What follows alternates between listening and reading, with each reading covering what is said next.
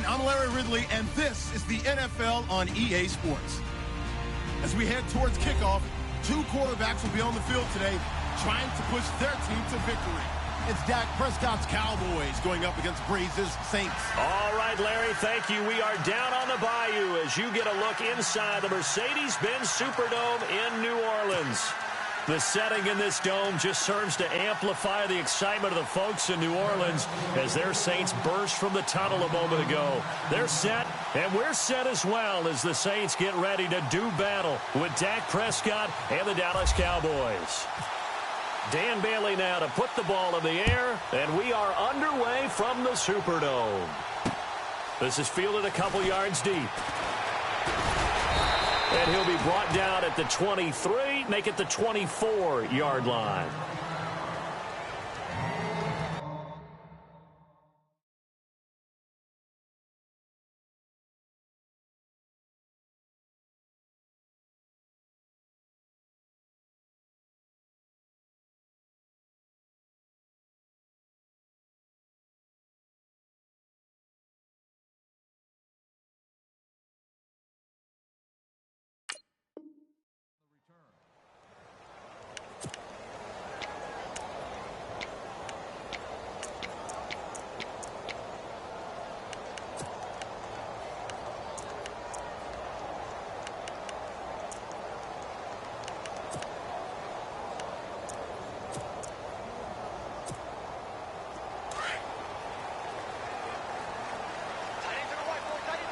And the D-line pinching together must be expecting the run. Breeze now on first down. And it's caught. Kobe Fleener. And they're able to get this one across the 35. 13 yards on the game's opening play. I do believe we'll see a little bit more of this as this game progresses, because when you can have that type of a gain in the middle of the defense, it hurts them in so many ways, because most teams like to be strong down the middle. And if you can sting them there, that opens things up for you on the outside as well. But that's where their big tight end, is so good, that middle third, the seam routes, the in routes. Yeah, you're right. Probably see more of that. Yeah, it takes a lot of courage and fortitude to go in the middle as well. And he's got it. And give him 17 yards that time, as that'll move the chains. These guys hooking up right away here, Charles. 2 plays, both passes in his direction, and both catches. And in our time together, have we not seen the tight end position continue to develop in the passing game? You know, at some point, we may not call them tight ends anymore. We may have to come up with an entirely different way of designating that position and what they do on the field. Because when I hear tight end, I think of the old school, hand in the dirt, blocking on the line of scrimmage. These guys are much more receiver than they are guys who are going to move in the running game. So here we go, 1st and 10 now.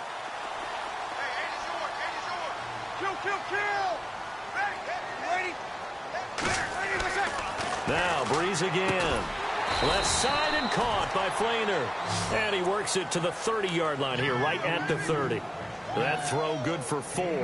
It's 2nd down. I don't think it's a surprise they're throwing the football early. We expected that. They told us they were going to come out firing, but 4 for 4 on the opening drive. They like that. They don't just like it. They love it, because now everyone gets locked in. The confidence jumps up. Everyone's easy about what they're doing out there. And by the way, they're looking at the sideline thinking to themselves and expressing, let's keep throwing it. We're doing pretty well.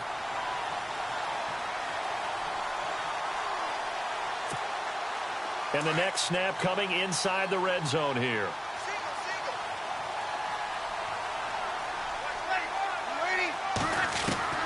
Into the red zone, it's Breeze. And he's got it over the middle, Fleener. And he will be brought down at about the 6-yard line. Another nice gain, 13 yards that time, and another first down. Shotgun now for Breeze. And no escaping this time as he'll go down. They got him for a sack. David Irving breaking through to get him for a loss of 7.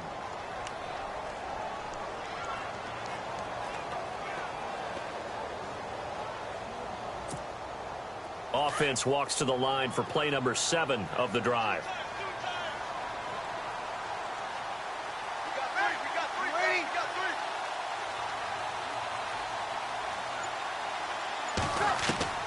Breeze to throw on 2nd down.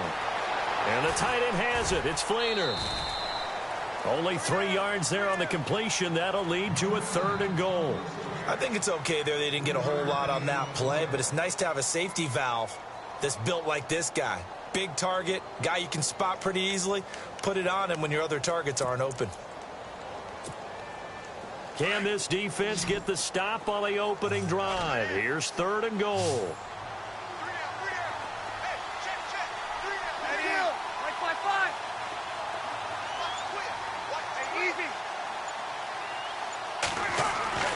Now Breeze. And he's got it. Touchdown, Saints. Kobe Flainer from 10 yards out. And the Saints take it right down the field and score on the opening drive. Coming into the year, Breeze, 465 touchdown passes. Add another one to the total. You know, it's funny. I just talked with his college head coach, and he told me that when Drew was a sophomore at Purdue, they weren't sure he was truly the starter, even though he started the opening game. And he made a play early in that one where the coach got on the headset and told the rest of the staff, well, fellas, we found our quarterback. Now we got to make sure we find the rest of our team. Breeze hasn't looked back since. That's fielded in the end zone. And no run back here. This will be a touchback, and it comes out to the 25-yard line.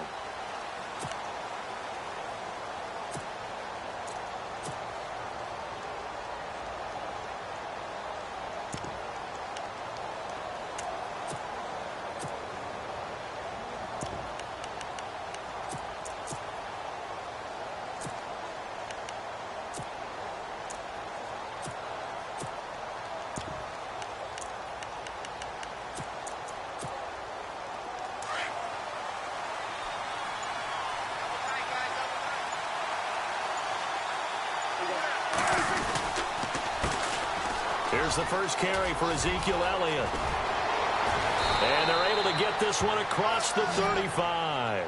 12 yards there as they move the chains. 2017 for Zeke Elliott, a mixed bag. Would he play, would he not play? Well, he missed the 6 games from weeks 10 to 15. He still finished, though, Charles, 10th in the league in rushing. Just tells you about the talent that he has and how explosive he is and what he brings to the table.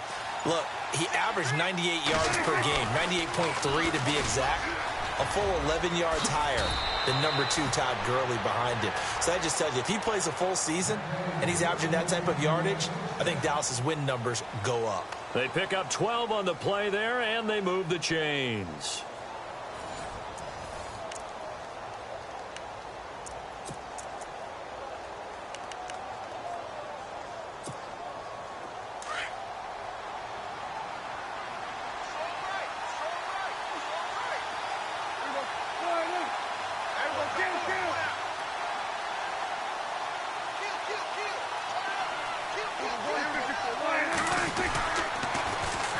First down carry by Elliott. And this one goes nowhere. Losing yardage on the play back at the 46. A loss of a full 3 yards, and now it's 2nd down.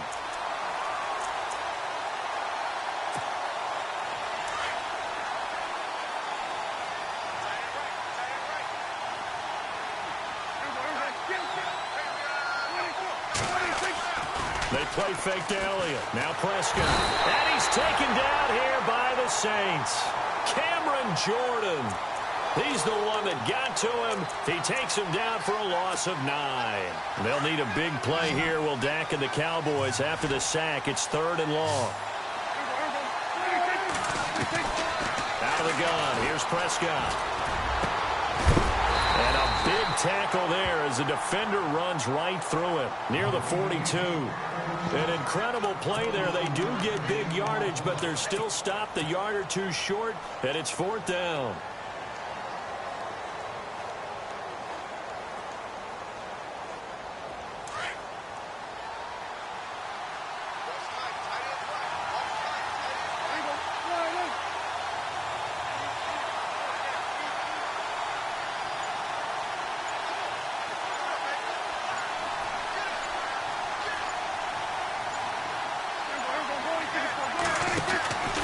Running with Elliott, and he will not even make it back to the line of scrimmage. Ezekiel Elliott not able to get it past the marker. And the Saints will have the football back. I want to give a hat tip real quick, Charles, to J.J. Watt before the possession switches here. Walter Payton, NFL Man of the Year. They totaled up how much he helped raise for hurricane relief, $37 million. Incredible. Hurricane Harvey, which really hit the Houston area in a big way, and his original goal was to... Accelerating, and off he goes. Touchdown, New Orleans. A big play there. 56 yards. And the Saints are able to strike quickly for 6. And on that long run, maybe the defense caught napping a little bit. The concentration level may not have been there. I agree with you on that one, because those types of plays, when they result like that, they're almost like big bolts of lightning, aren't they? Whoosh, and off he goes.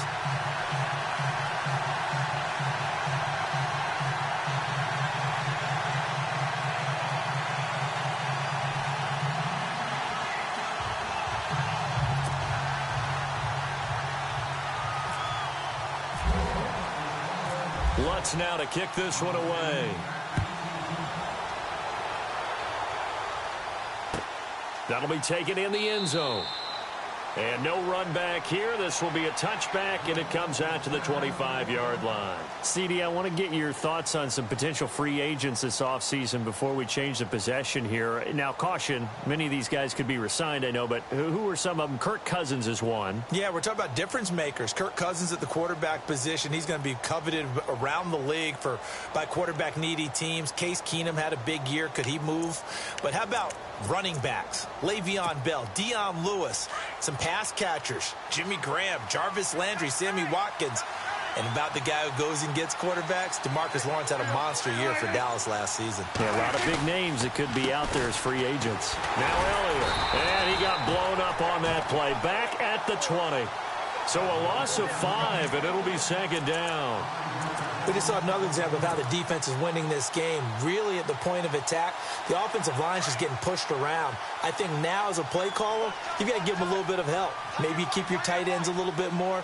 Maybe the running backs help you a little bit with the pass blocking. But you've got to help them get some confidence, because you can't abandon the play calling right now. A second down throw for Prescott. Dancing to his left. And they can't get the long connection as it falls incomplete. Cole Beasley, the intended target, and it's third down. But one thing that I've liked defensively is that they've shown them a lot of different looks here in the first half. They've come after them. They've sat back. I think that's what you need to do to keep an offense guessing. And they certainly have kept them on their toes. That's why they haven't had much success on the scoreboard. And the offense looking to pick up the first down after the second down incompletion.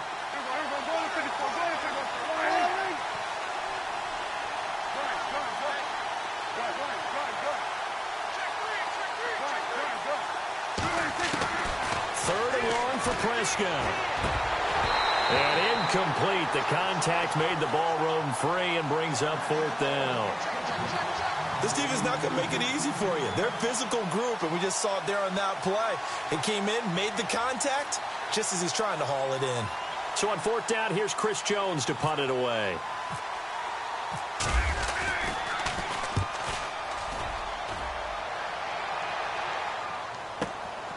That's taken on the 25. Well, that'll be put in the books as a 53-yard punt. And the Saints will take over with a first down and 10. New Orleans offense working its way back out there. As we look at them ahead to 2018, as that wound to the end of 2017 continues to heal, Charles, they're going to have Kamara, Ingram, Thomas. If they have Breeze back at quarterback, this should be an excellent squad again. It certainly should. And frankly, if the offensive line comes back healthy and intact, that's another big win for them, especially with their two tackles, Teron Armstead at left tackle, Ryan Ramczyk, who was a rookie last season at right tackle. They are loaded going forward. If they could get a real playmaker at tight end, that might be the last piece. And if that happens, I'd hate to be a defensive coordinator trying to game plan for them. A minute 59 to go in the first half. We're back to New Orleans after this.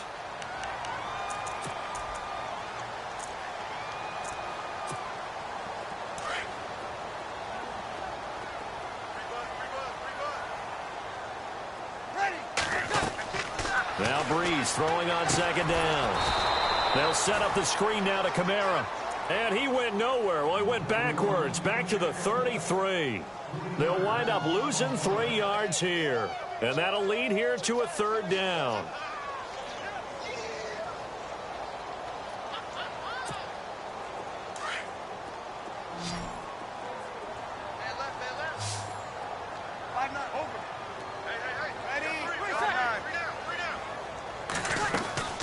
Throwing now is Breeze. It's brought in right side by Ginn. Breeze to another longtime vet, Ginn, for the New Orleans first. And defensively, they were in zone coverage there. Do you have to be a little careful? You're losing, playing against a good quarterback like he is, to not play too much zone? Yeah, you have to be careful about how much time you're giving up. I think it's a good point you just brought up. So maybe if you still want to play zone, you go to a zone blitz scheme. And you can drop anyone out of your defensive front, defensive end, defensive tackle. It doesn't matter. You just exchange someone to bring more pressure towards the quarterback and still try and cover downfield. He's going to let this one go deep. Into heavy traffic, and it's intercepted. Picked off Byron Jones. And he will take this all the way up past the 40-yard line. So the Cowboys offense coming back out there, and after the excitement of that 13-3 year, the NFC East title 2016, they fell back to earth in 2017. They still finished 9-7, but not what you expected from them. No, the scoring differential was a big telltale about the difference between 2016 and 2017. They were plus 115 a season ago. Just plus 22 this year. That means tighter games can go either way, and not enough of them went in Dallas's win column in this past season. 3 yards on the pickup there, and it'll be 2nd down.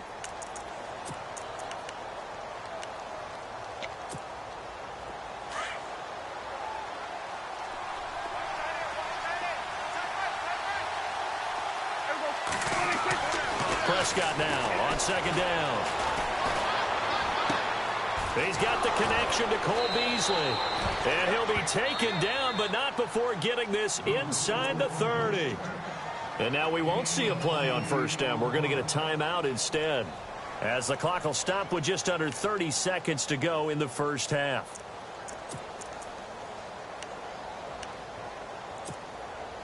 Offense comes to the line now, 1st and 10.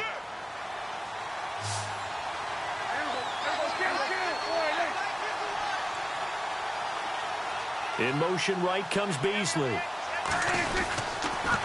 They'll try the sweep with Elliott. And he will lose yardage here to the 31-yard line. It's a loss of 4 there, bringing up 2nd down. Prescott urging his guys to go quickly. They need to get up and set. 2nd down, Prescott. And that's incomplete. Clock stops with 10 seconds left. So he can't hang on, and as I watch that unfold, I remembered an expression that I've heard, maybe from you, I don't know, but you're going to get hit anyways, might as well hold on to the ball. Well, you know a coach said that, right? Yeah. Not an actual player. Not a chance at all. Way easier said than done.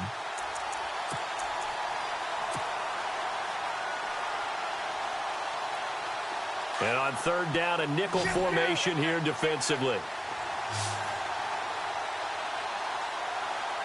Here comes the D swarming to the line. Now Prescott under pressure, and he will go down. Sacked back at the 38. And with just 4 seconds left in this 1st half, a timeout call. So with 4 seconds to go in the half, here's the field goal unit onto the field. This officially a 55-yard attempt. And he has got it. From 55 yards away. That was never in doubt. Time for a break. We've hit halftime. 2 quarters down. 2 still remain. We step aside. This is the NFL on EA Sports. Both teams appear ready for the fight ahead, and we resume action here in quarter number 3. And no return on this one as the fair catch is signaled for and taken. Out come the Cowboys now as he'll go on offense first here in this 3rd quarter. They have the ball here for the inaugural drive of the 2nd half. Pretty big deficit, though. We'll see what adjustments were made in that locker room. and I never want to make something more important than it actually is, right? I don't want to create more hype than what is there. But this is I'm doing it, though. This is a really important drive, and we often talk about teams scripting plays to start a game. A lot of them script to start the second half, too. And the Saints pressure gets him. Brought down for a sack. You never want to give up a sack. From the O-line's perspective, they hate it for several reasons, especially because they felt like they let little brother down back there in the pocket. Oh, no doubt. They have a ton of pride, and they go into every job wanting to keep that guy clean. They want that uniform with no grass stains, no dirt, nothing on it, but it's really, really difficult. You're talking about some terrific athletes who are trying to put him on the ground.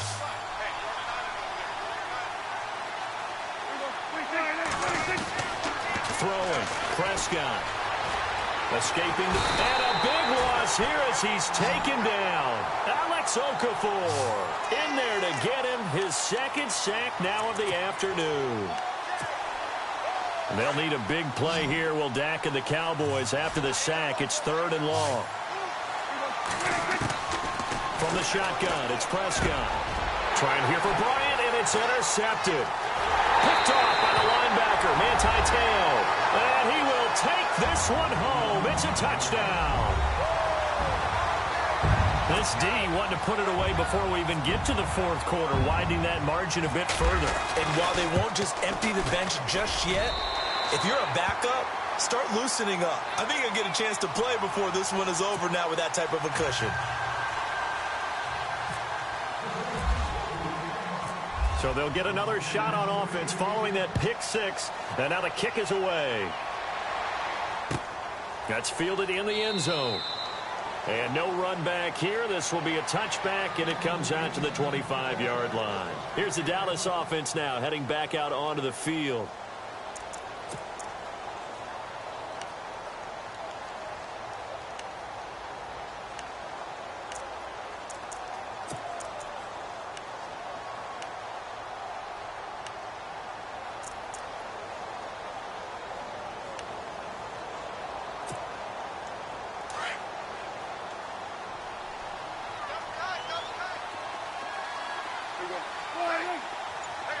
Defense showing blitz.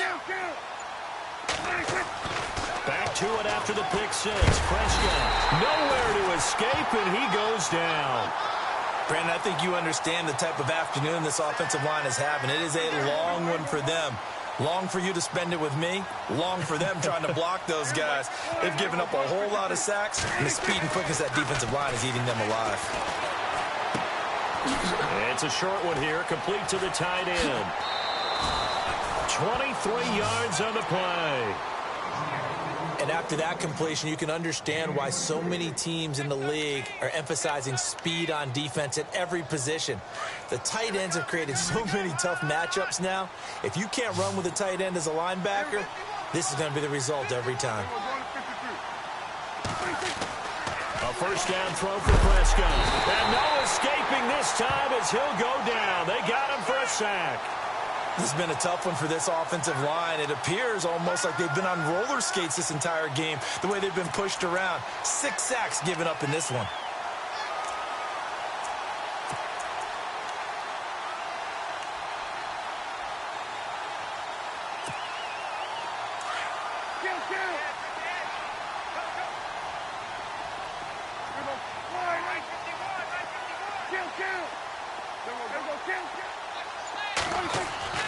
Prescott now.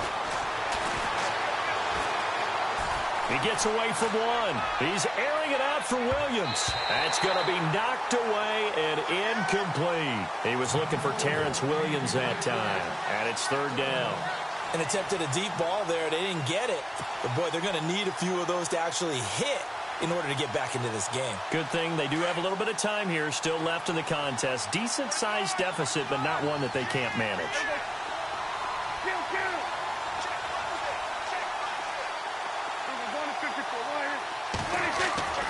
Now Prescott. Got his man. It's Williams. And he'll be out of bounds just shy of the 40. A pickup of 24 on the 3rd down conversion. But give the defensive guys a little bit of credit. They didn't let the deep ball beat them on that play, did they? No, the drag, that guy can be your safety valve. We saw it right there. Yeah, and it picked up a first down for them, too.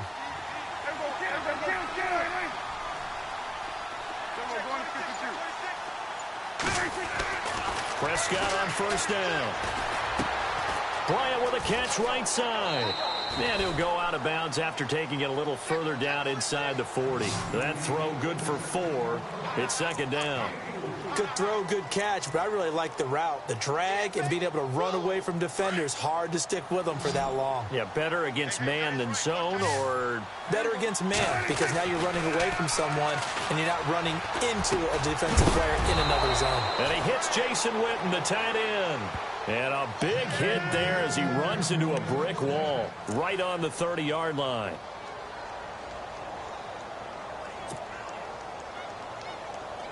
Final minute now of the third quarter. And they're definitely showing blitz here. Prescott looks to throw on first. And the tip there altered the ball flight, and it falls incomplete. It'll be second down. Well, we're not playing 3 yards in a cloud of dust football anymore. I kind of get why those old school coaches sometimes didn't want to throw the football. Because if it's popped up in the air, it almost turns into slow motion, and both sides trying to get to the football, and you're holding your breath wondering whether it's going to go good or bad for your team. Looking to throw. Prescott. Bryant has it. Prescott finding his big receiver Bryant there for a Cowboy first down. That looked like a pretty good route combination there, because you've got to find a way to clear the guy running the drag, because when you do, you just put the ball on him and then let him run. Yeah, he's got some space.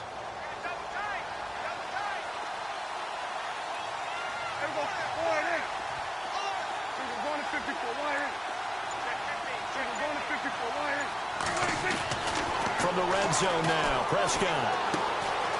Looking left side, it's complete. He's got it. Just a yard on the catch there. It'll be 2nd and 9. Not a big window to throw. Coverage wasn't too bad there. Yeah, they had him under wraps pretty well, but somehow able to muscle his way open and catch the ball. Back now here live in New Orleans. It's the Cowboys in possession of the football, but they trail here as we begin the fourth quarter of play. And a really long drive here, and it goes on and on.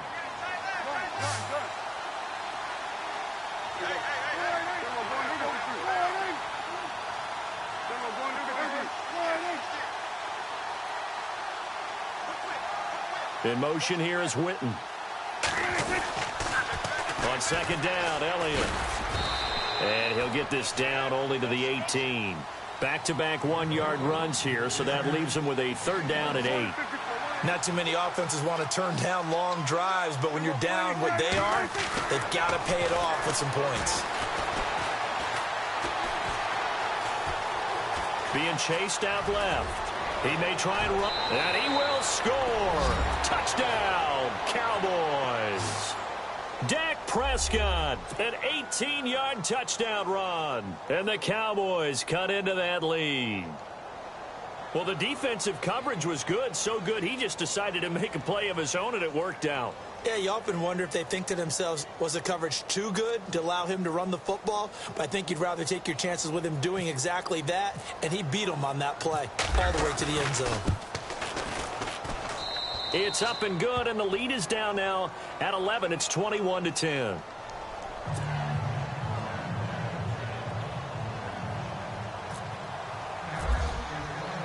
Bailey now to kick this one away. This is fielded a couple yards deep. And the decision to bring it out will cost him about 5 yards, as he'll get this only back to the 20. Now the Saints, they trot their offense out here. And following the interception, just any interception, are you a little bit more cautious when you start that next drive, or no, you just throw that out the window? I think you are. I don't think that there's any way you can run back out there and go, totally didn't affect me. Let's just go ahead and be loose with the football again. You're going to take care of it, but you have to be careful about being too cautious, because now you can't run any offense at all. Still want to attack. We'll see how they attack them here. A nice pickup there of 11 yards, and it'll move the sticks. Another nice pickup through the air, and I think think a lot of people might expect him to run the ball in this situation, Brandon, but with this lead, they're electing to throw the football. Swings, slants, quick outs, things that they consider safe. Now a first down carry. It's Kamara. And they take him down, losing yardage back at the 27. That's going to go as a loss of 4, and it'll be second down. Brandon, it's clearly a running situation when you're up in the fourth quarter. They're going to have to stack the box and make it difficult for them to move the ball. Made it very difficult right there. Now they need to repeat that effort. Yeah, bring 7, 8, 9, whatever it's going to take to slow them down.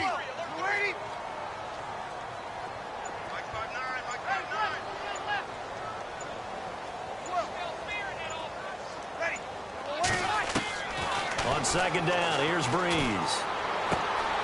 Throw left side complete. It's Lewis. They'll wind up getting 10 back as that sets him up for third down. Well, if you do read man coverage, Brandon, the drag route's a pretty good one to run against it because you're running away from people on it. They get the completed pass, but still have more to go here on third down. From the gun, it's Breeze. And Gibbs got it. He's got a first down and then some at midfield. And they'll get him to the ground, but he got all the way down to the 30-yard line. And a big 32-yard play on third. When you have someone throwing it that well, that confidently, you don't have to call the game in fear at all, do you? You just go ahead and play. Yep, confidence with a lead to throw it here in the fourth, and boom, he's on the money. Yeah, you don't have to tuck your head in and go like turtle at this point. You just go ahead and play. It's a lot of contact going on there, and in the end, unable to keep two hands on the football and bring it into his body. Everything looked pretty good until the finish.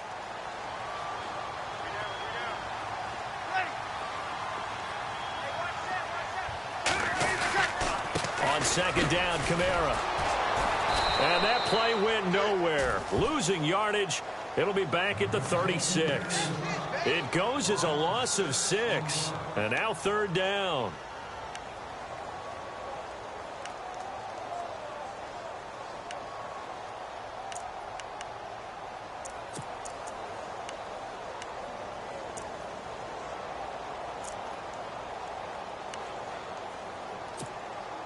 The Saints on third down. A perfect 3 for 3 as they look to keep that streak going. This is 3rd and 16. Breeze now. And that is incomplete. The positioning here is key. As a defensive back, you're taught 99% of the time, make a play on the football. But in this case, making a play on the man was all the difference. That's what forced the incompletion.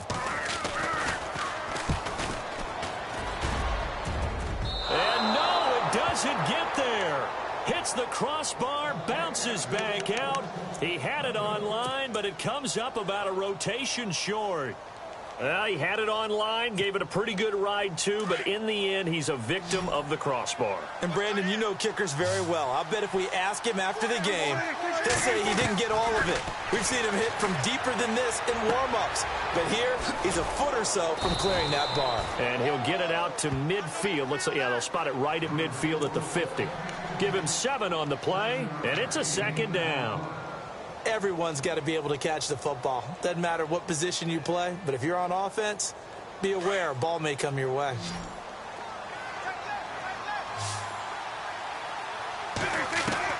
Prescott now from the 50. And on the left sideline, he caught it, but out of bounds, according to the head linesman.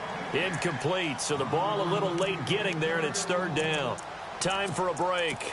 We'll come back to wrap this one up after this. The Cowboys on third down. They've converted just 2 for 6 thus far. Here it's 3rd and 3. And the D looking like they may blitz. 3rd and short yardage. Prescott complete to Jason Witten. And he gets it to the 34. Good enough for the first. That one good for 16, and the drive will continue. And there's another completion to the tight end. And let's face it, it is hard to overthrow a 6'6" target. It is indeed. Quarterbacks like their speed guys.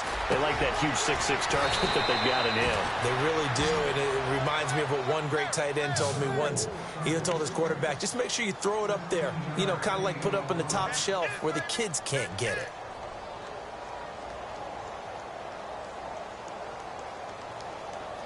And the defense with their backs against the wall a little bit here as the offense is in the red zone.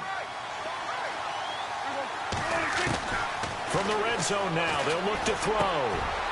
And on the left side, he's got Witten.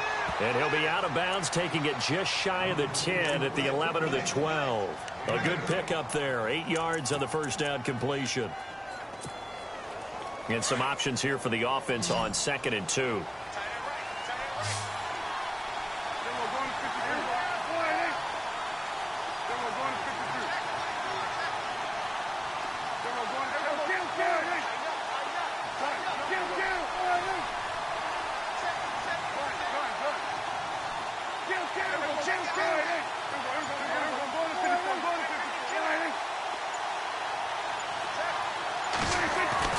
To the air again, Prescott. That is caught at the 7-yard line.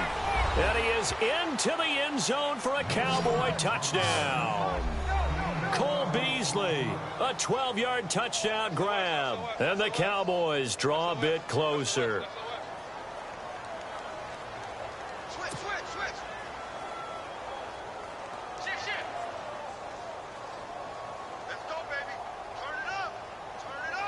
Here we go now as we get set for a big 2-point conversion.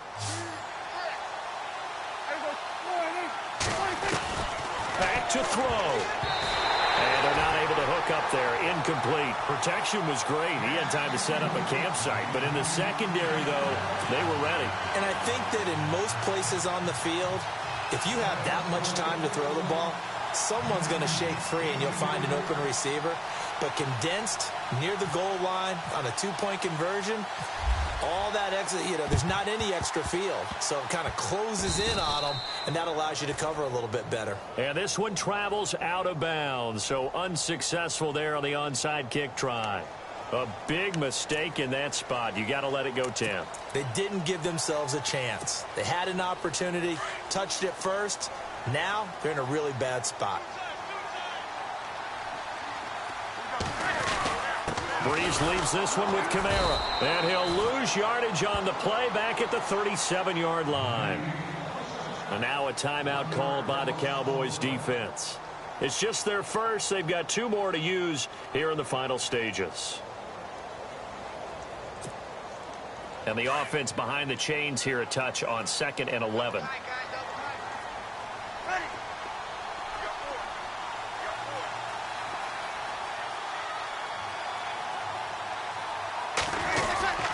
Again, it's Kamara. Fighting his way down to about the 35-yard line. And now the Cowboys are going to call another timeout. That'll leave them with just 1 remaining in this 4th quarter of play.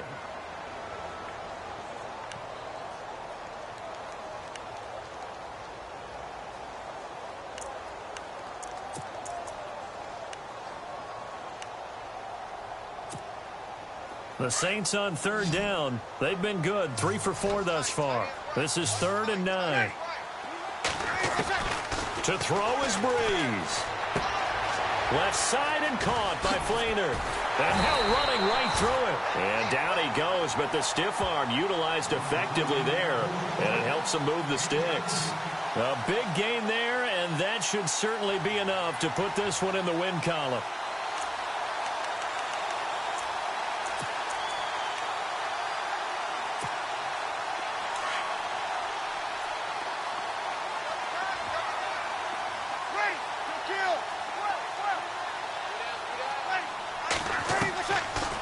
Is looking to throw. He throws and he hits the slant route to Thomas.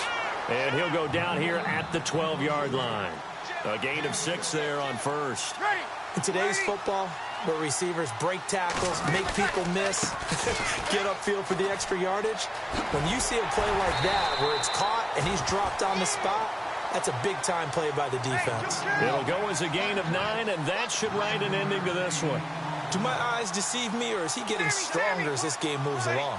Burst seems just as good here in the 4th as it was way back in the 1st, doesn't it? I do believe someone put a lot of time in the offseason and continues to condition during the season in order to continue to carry the ball at this rate.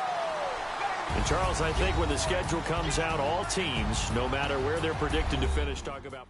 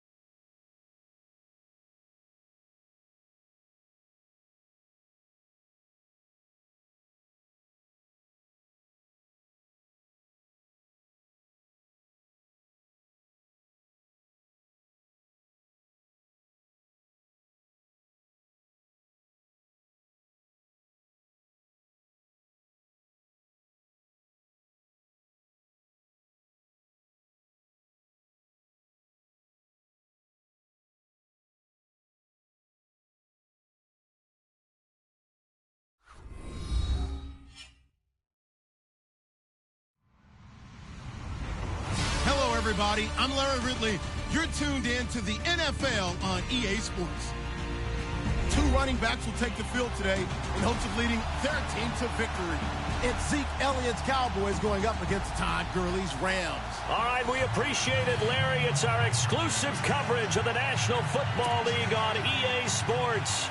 Who said the crowds wouldn't embrace football being back in L.A.? You certainly couldn't tell that by what we saw a few moments ago. These folks are pumped up as their Rams get set to do battle with the Dallas Cowboys.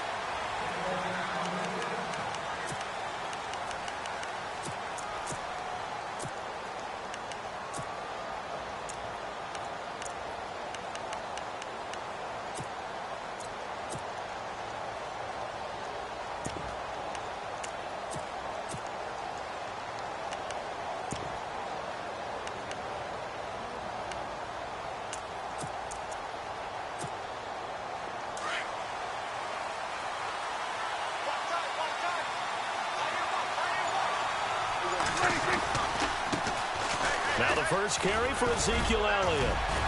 And they're able to get this one across the 35. It's a gain of 11 yards that time, and it produces a new set of downs. Well, one unit I know you want to watch is that offensive line. If they keep clearing holes like that, it could be a long night defensively. No doubt about it, because when they are in sync, as we're seeing so far, when that continuity is there, and you can see that they're playing off of each other while controlling the defensive front linebackers, you're exactly right. It could be a very long night for the defense because someone's going to run for some big yardage.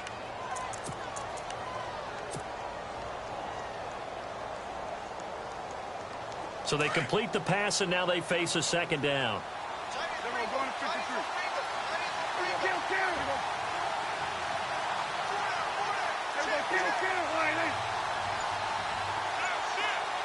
In motion here is Witten. They'll pitch it out to Elliott. And he takes this up right near the 45-yard line. Good work to pick up 7 yards there. That gets him into a 3rd-and-1 situation. I know the toss play begins with the guy taking the snap and turning around and tossing it to the runner. But where the real intrigue is, can they seal the edge, whether it's an offensive tackle or a tight end in the direction they want to run the football? If they do that, that's the result that you get, that type of a gain. If they don't, oftentimes it's not a very successful play. Caught left side, Williams. And he'll be brought down at the 48-yard line. 5 yards on the catch there, brings up 2nd down.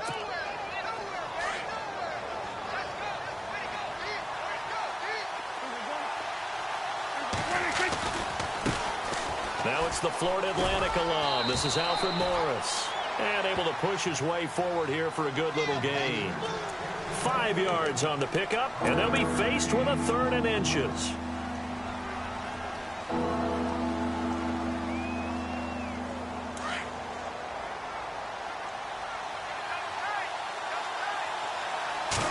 It's a keeper with Prescott. And he will have 1st down yardage as he's brought down at the 41. He'll wind up getting 2 there as he does it himself and picks up the 1st. I don't know about you, but I like this call. 3rd and inches, and instead of worrying about getting it back to a running back and maybe there's some penetration from the defensive front, just go ahead and take it, move forward, and pick up the 1st down. As we say often, it shows confidence in your offensive line. From the pistol, here's Elliott. Oh, look at the juke. That's going to go as a loss of 2, and it'll be 2nd down. That's just running the ball 101 because too much east-west, not enough north-south. Got to get upfield, don't you? They just kept stringing him out. Before he knew it, he had hit the sideline.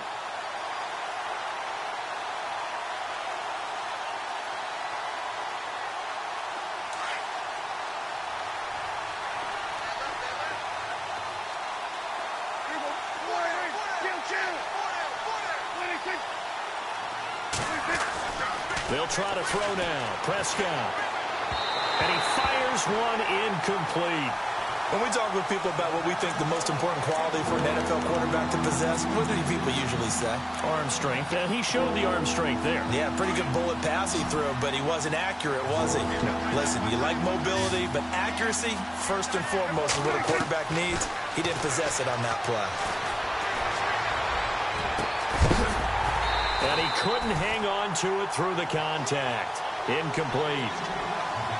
And you just know when that play call came in, their eyes lit up, because anytime you get a chance to take a big shot downfield, that's a lot of fun, and they missed an opportunity.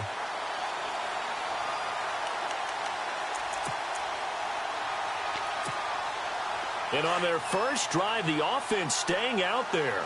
They're going to go for it on fourth.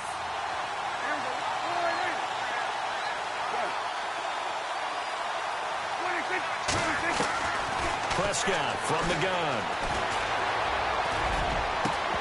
And they will not be able to hook up there. It's incomplete. Boy, it looked like he had it and dropped it. And this crowd into it early. Their guys stand tall on the opening drive of the football game.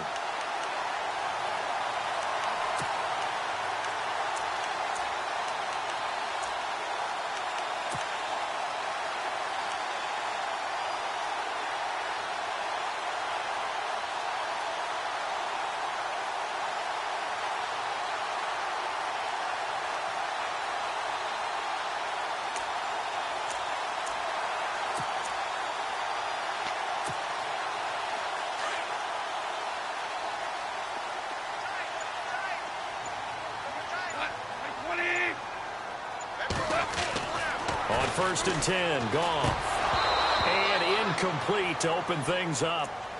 Oh, man, for him to be that wide open and drop it. Sometimes you have just too much time on your hands, right? You end up thinking way too much, and your hands get shaky. And, yes, he's a tight end, but that's a catch he should have made.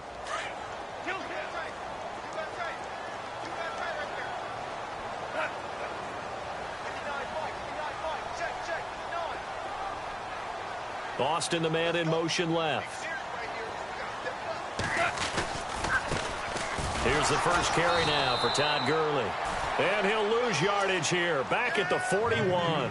It's a loss of 2. Now 3rd down.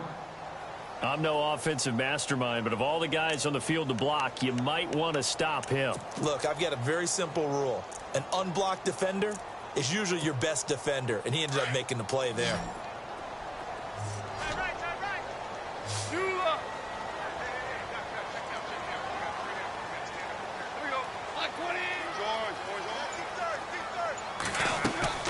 Throwing on 3rd. Goff. Man open. It's Cup. He's got it. And he's going to be run over. Hit hard as he'll be marked down at the 38-yard line. Woods, the receiver, in motion right. Back to throw. Goff. And the open receiver, it's Robert Woods. And brought down, but not before they're inside the 25. Back-to-back nice gains. That one for 14 yards and another first.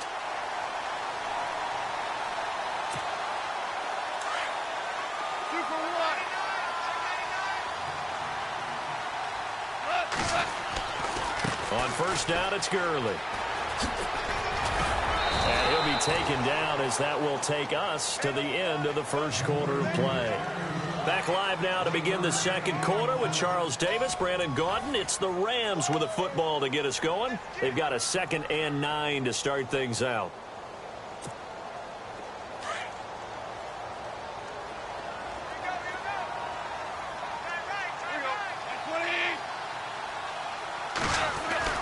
Here's Goff. And his throw is going to be incomplete. Robert Woods, former USC man, the intended target, and it's 3rd down. Let's face it, perfection is something we all chase, whether it's playing this game or whatever we do. Hard to attain, but that's what they were searching for as that pass goes incomplete.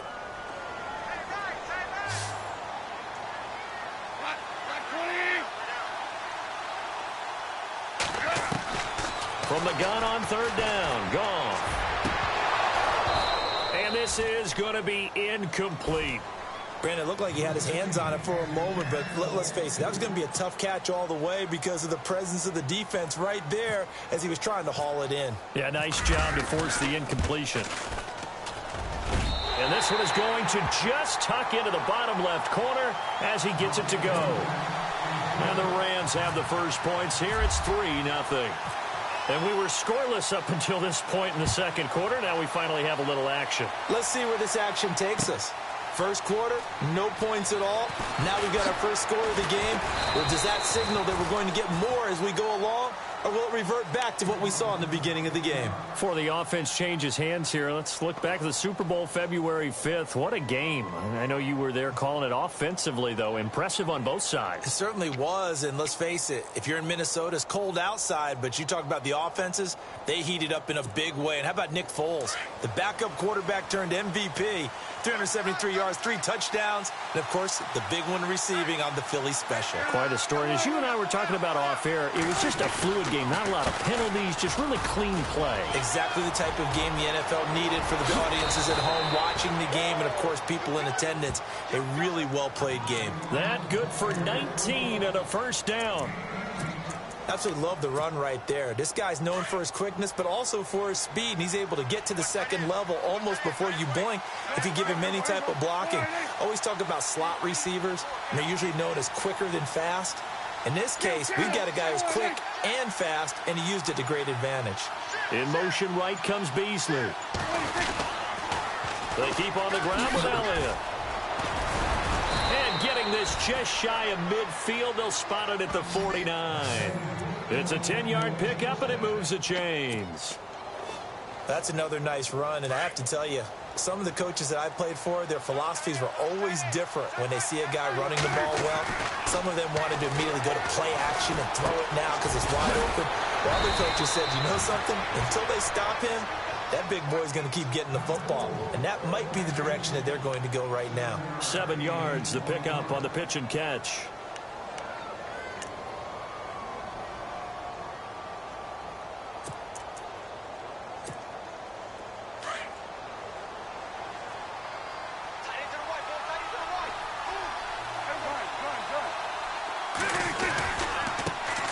They'll run with a backup. This is Williams. And brought down, but able to get it to their 30-yard line. A good gain of 14 there, and it moves the chains. And that's how you run the football and run it successfully. Big-time chunk of yardage picked up, but why? Offensive linemen won at the point of attack. Their leverage way better than the defenders. The low man wins when you're getting underneath and trying to move people. And that's exactly what happened on that play. The offensive line moved the defensive front, created space, and the end result, a fantastic run. They stick to the ground game on first down. It's Williams. And that play went nowhere. Losing yardage. It'll be back at the 36. It'll be a loss of 7 on the play, and it'll make this a 2nd and long.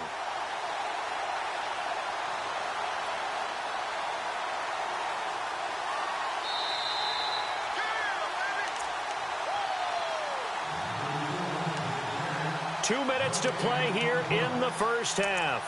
We're back to the City of Angels after this timeout.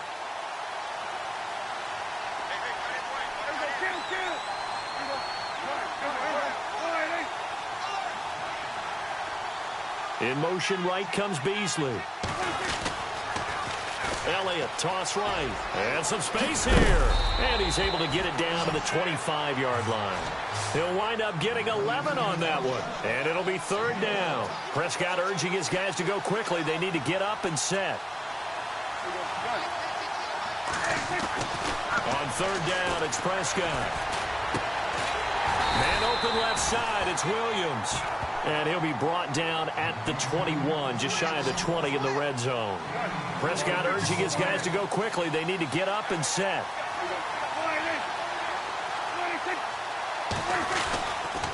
They'll run it with Elliott. And, boy, this is going to be close. That mark looks a little short, and he didn't get there. Ezekiel Elliott not able to get it past the marker. And the Rams are going to take possession of the turnover on downs.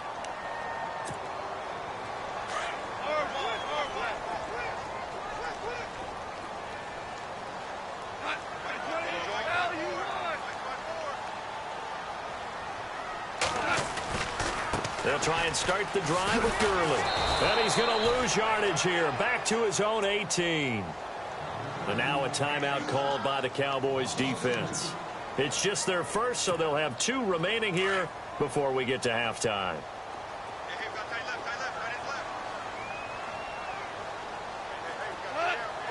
Woods, the receiver, in motion right.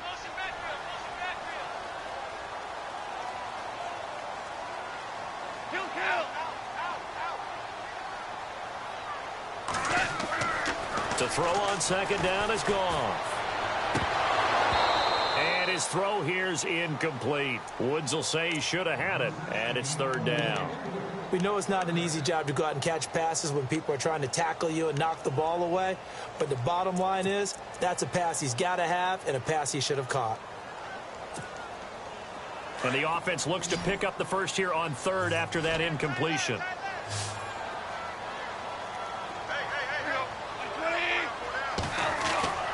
Now Goff.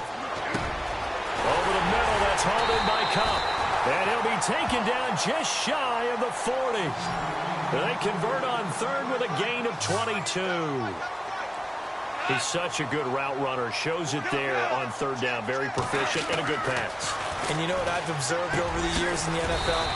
The better a route runner you are, the more confidence your guy's going to have in you to go to you in important times because he can trust you being in the right spot, and they connected there and picked up a first down. Now on second down, this is Gurley. And he got blown up, losing yardage on the play back at the 44.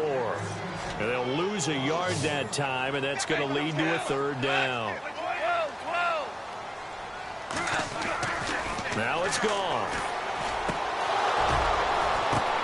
Now that'll be tipped and intercepted.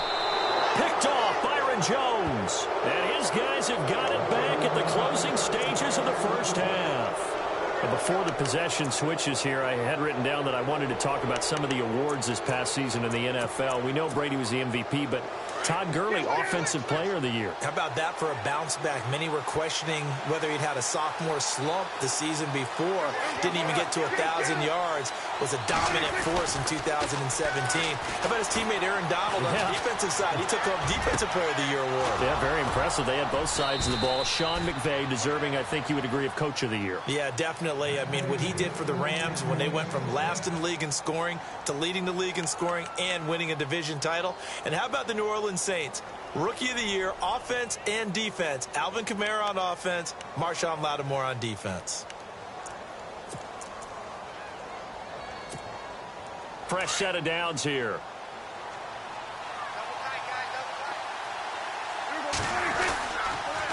On the counter, Elliott wiggles free. And that play is blown up, losing yardage back at the 35. And with just 4 seconds left in this first half, a timeout call.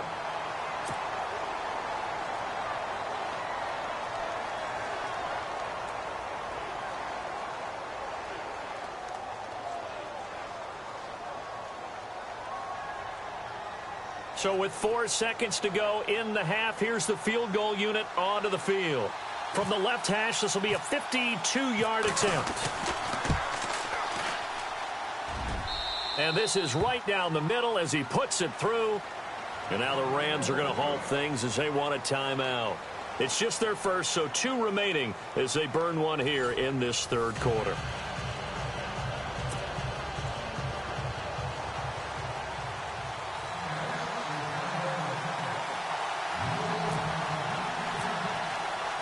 So both teams have their marching orders, and we'll get going again here in quarter number 3.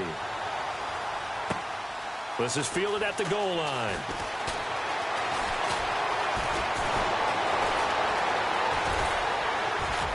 And not a particularly good return here as they'll be forced to start at the 12-yard line. And the Rams now coming out on the field. They have a chance to break our tie here as we get a look at the first drive of quarter 3. And it's such a tone setter, isn't it? Because both sides trying to seize momentum to begin the half.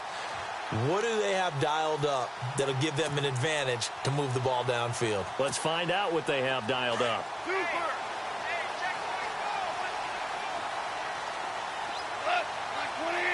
Boston, the man in motion left. The third quarter starts with a run by Gurley. And it's been like this all night long. Nowhere to run as they stop him behind the line. That'll set him back with a loss of 3 on the play. And it'll bring up a 2nd and 13.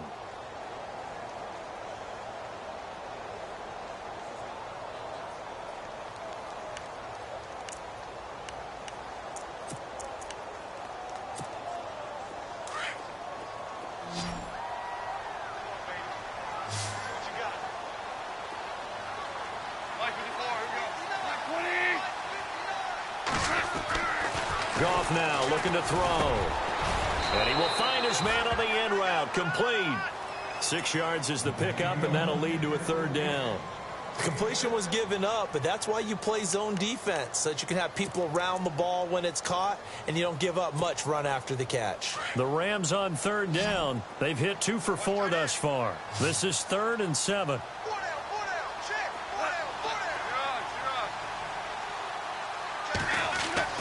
Here's Goff. And that is incomplete. A pretty good coverage there, and both of these defenses, they've had good coverage throughout this one. No doubt about it, and in today's NFL, where we're used to a bit more scoring, this feels almost like a well-pitched game in baseball on both sides, where the tension continues to build. Who's going to make the big play? On is the punter, Hecker, as he gets this one away. So possession goes over here on the punt. And the Cowboys will take over the football with a 1st and 10.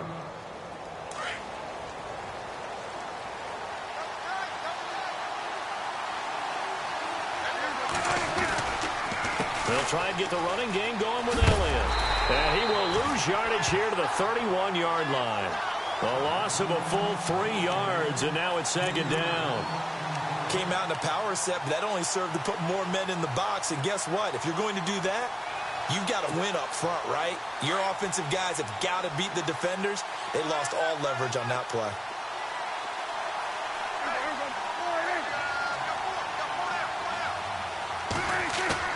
Prescott now on 2nd down. Rolling to his right. And he's going to drop this off to his fullback. And, a good hit there and knocked down hard, right near the 39. It's a gain of 9 yards, and that's going to bring up a 3rd down.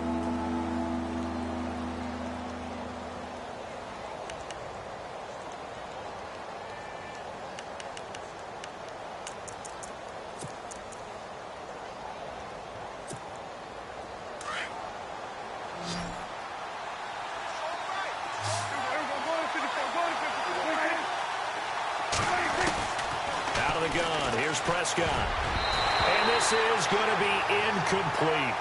But sometimes you just have to take things into your own hands, don't you? I mean, the offense is really struggling in this game. They're the ones keeping things going. They have to continue to play at that level. Boy, not deterred from those first 2 failed attempts. They're going to go a 3rd time here on 4th down. They're indeed going for it. It's Prescott. He completes it to Bryant. And he takes this one down all the way near the 30. They got 29 yards there.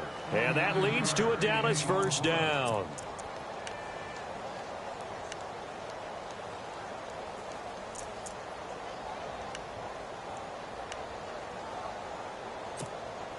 So after that big play, let's see if they can catch their defense maybe on their heels. They give to Elliott. And this play will be blown up. He'll lose yardage back at the 38. He lost 6 there on the 1st down play. Every year I go to the combine and marvel at the speeds that linebackers are running nowadays. They run like DBs. And let's face it, they know how to finish plays too. Eyes up, head up, run right through them.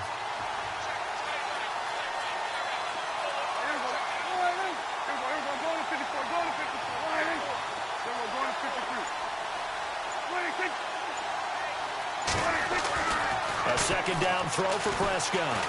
Flush to his right. He hits Beasley right side.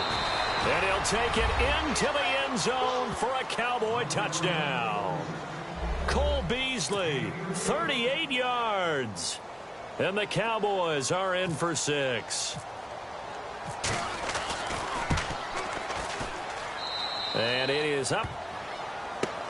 And it's good. That'll make our score 10-3 now.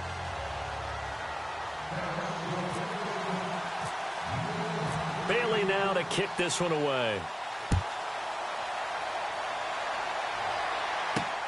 This will be taken in at the 1. Gets past 1 man. And he'll take this up past the 20 and down at the 22-yard line. And now out on the field, here comes Los Angeles. These guys had to punt last time. It has not been a very fruitful game offensively thus far. They haven't even made a trip to the red zone. And I know that everyone's going crazy on that sideline because that drives you berserk to come off the field, not really move the ball well. As you said, not even get to the red zone, let alone, not even put points on the board. They've got to just take a deep breath, relax, try and figure out what is working, and call more of that. Give them 12 yards on that one. It earns them a fresh set of downs.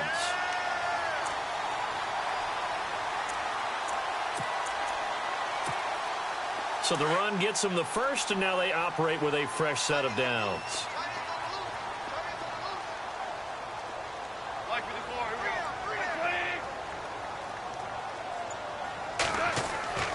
Goff now to throw. Working the middle here. That's complete to Everett, the tight end. He goes for 18 there as the drive will continue. When this offense can get their tight ends involved, they can move the football. Here, a nice route, able to look it in, and picks up the first down. Thrown across his body, and it's intercepted. Picked up by the linebacker, Jalen Smith. And his guys are going to get the football at their own 47-yard line.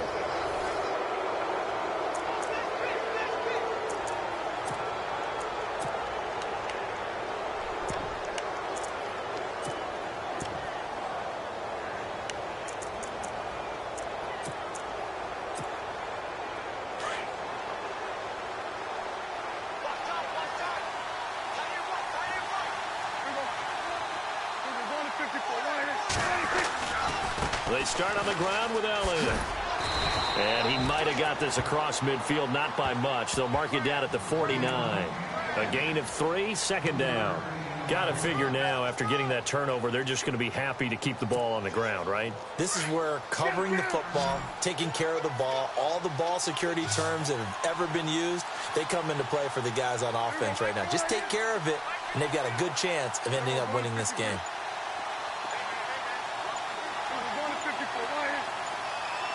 Time running out here on the play clock. Off play action to Elliott. Here's Prescott. Flushed out right. Going right side. He has Witten. And he's going to go out of bounds, taking it down inside the 25. A good pickup there, 26 yards.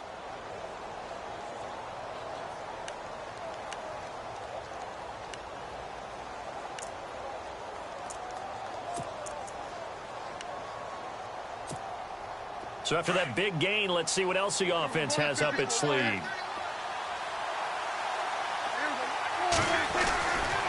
They'll try the right side with Elliott. And he's going to lose yardage and be backed up to the 25. It's a loss of 2 there, bringing up second down. And in this situation with the lead fourth quarter, they're liking keeping the ball on the ground, I'm sure. That's just smart football, but the defense has to know it as well. They've got to stop them here. So now we're going to see that loading the box in a big way. 6, 7, 8, 9, whatever it's going to take, puts a little bit more pressure on your big offensive line.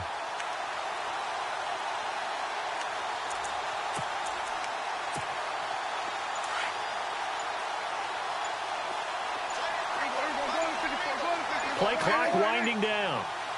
In motion here is Witten. And now with the play clock winding down, Jason Garrett opts to take a timeout. It's just their first. They'll be down to 2 remaining as we step aside here in the fourth quarter. And they're behind the sticks here a bit now, dealing with a 2nd and 12.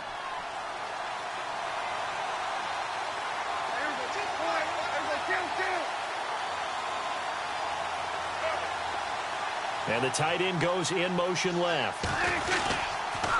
Again, it's Elliott. And he's going to take this one down to about the 23-yard line. 2 yards gets them back to where they started, but now 3rd and 10. The fourth quarter here, they've got the lead. They want to keep it on the ground. That's what they're doing. Smart football. Keep the clock grinding. Keep it going. But you got to figure now, they're going to see more people stacked up at the line of scrimmage as they try and bleed it out. They're able to convert on 3rd down, and that sets up a 1st and goal. Well, probably the only thing he did wrong there was go out of bounds, nursing this fourth quarter lead. You want to stay in, eat the clock. Yeah, you got to love the effort, the catch, the extra yardage, but you've got to know the situation. Stay in bounds, young man.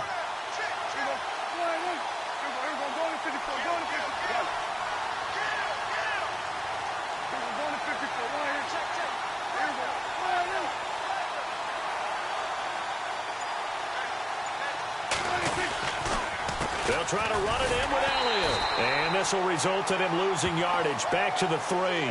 That's going to go as a loss of a yard, and it'll be second down.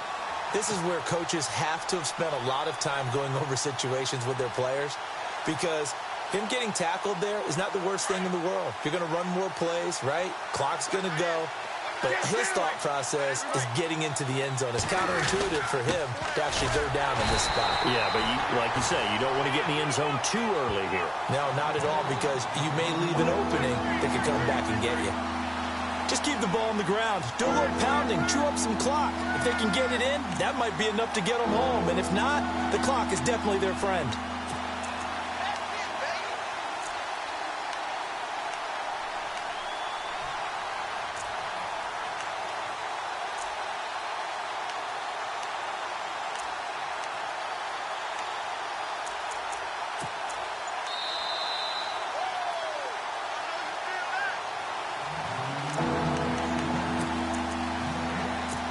Time for a break. We'll come back, see what transpires after this. Here we go, 3rd and 1. Gut check time on both sides. Here's Elliott. And they'll bring him down after just a short pickup. Only a yard that time, so now a decision to be made here on 4th and goal.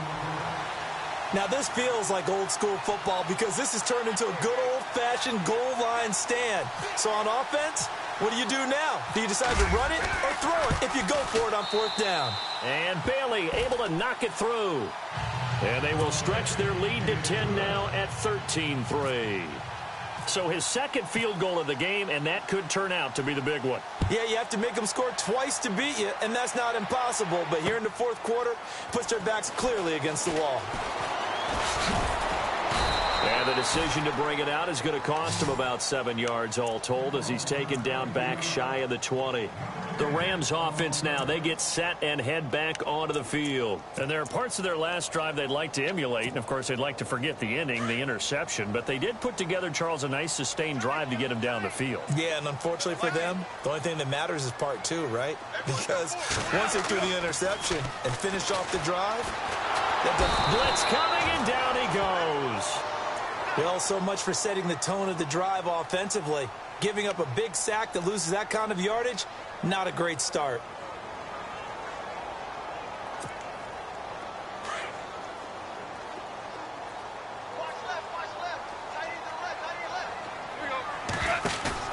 Now Goff. And incomplete there. A nice hit. Jars the ball free and brings up 3rd down. Tried to go for the big one there on 2nd down. Now they're likely down to their final 2 plays. And you know they've got to keep going for the big shot, right? So defensively, you play what they call top down. Nothing behind you. Make everything get completed in front. Goff. And got him in. It's Woods. And he's able to get this one all the way past the 30. And they're able to convert on 3rd with a solid gain of 23. Now it's Goff. And they'll set up the screen to Gurley. And he'll get it out near the 40 to the 39. A good pickup there on 1st as the screen pass gets him 8. Clock continuing to roll as the Rams try to get going again. Goff now to throw. And that's caught inside the 35. And they'll get him to the ground, but he got all the way down to the 30-yard line. That goes for a gain of 31. Now a 1st down throw. Goff. He couldn't quite hold it. Got hit. Ball pops out. Incomplete. You get a tight end like this, and you know he's used to dishing out punishment, but here, he's the one that has to absorb the contact, and as a result, unable to hold on to the football. 2nd down now after the incompletion. Defense really showing respect to the deep ball here, playing off the receivers. 2nd and 10. Goff again. And that's caught left side. It's Woods. And inside the 20 before he's brought down. The Rams going to go ahead and use the first of their timeouts, as it'll come with 15 seconds to play in the ball game. So the offense has it 1st and 10.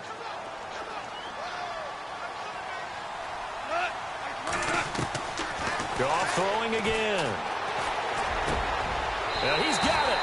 And he's going to take this one in for a Rams touchdown.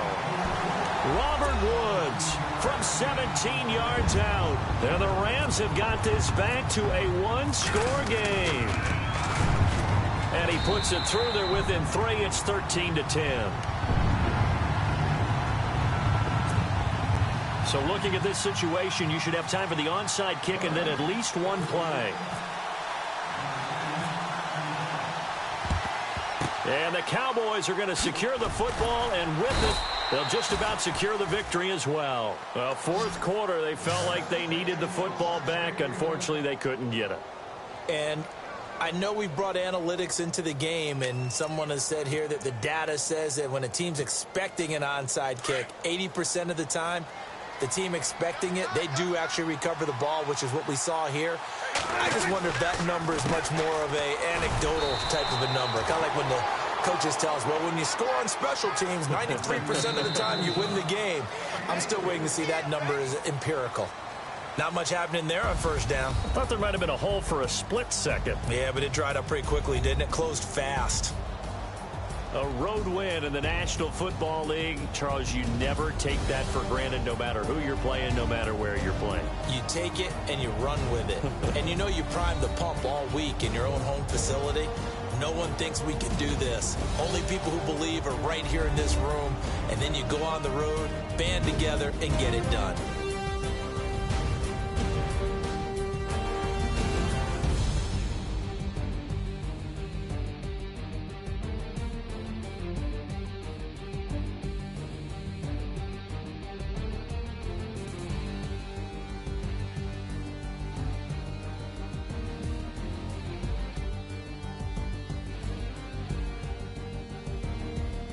So that'll do it for us. For Charles Davis and all our crew, I'm Brandon Gaudin. You've been watching the NFL on EA Sports. With that, we say good night from Los Angeles.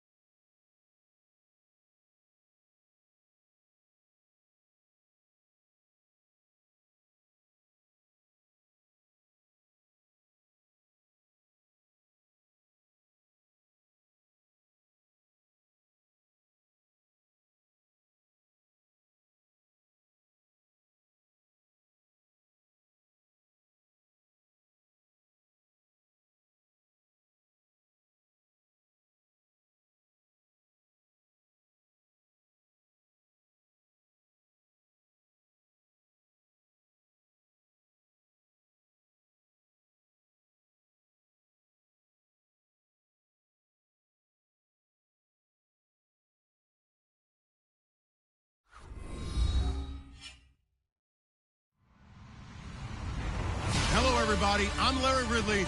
You're tuned into the NFL on EA Sports. Tonight's matchup features two quarterbacks who will be trying to lead their team to victory. It's Dak Prescott's Cowboys going...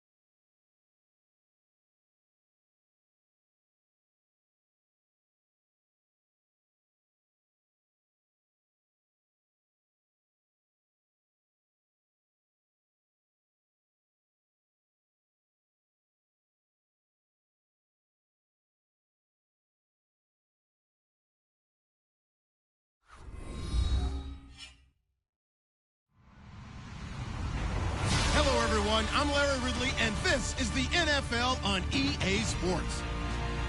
We've got a good one on tap today, and there's going to be two quarterbacks ready to get it done on the gridiron. It's Dak Prescott's Cowboys going up against Dak Prescott's Cowboys. Thank you, Larry. EA Sports coverage of the NFL brings us to the Lone Star State and Mammoth AT&T Stadium in Arlington, Texas.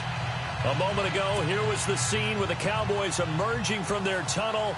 It was loud. It's still loud. We're ready for football as the Cowboys get set to match up with the Dallas Cowboys. This is taken about 7 yards deep, and they'll put up the stop sign there as his guys will get it at the 25.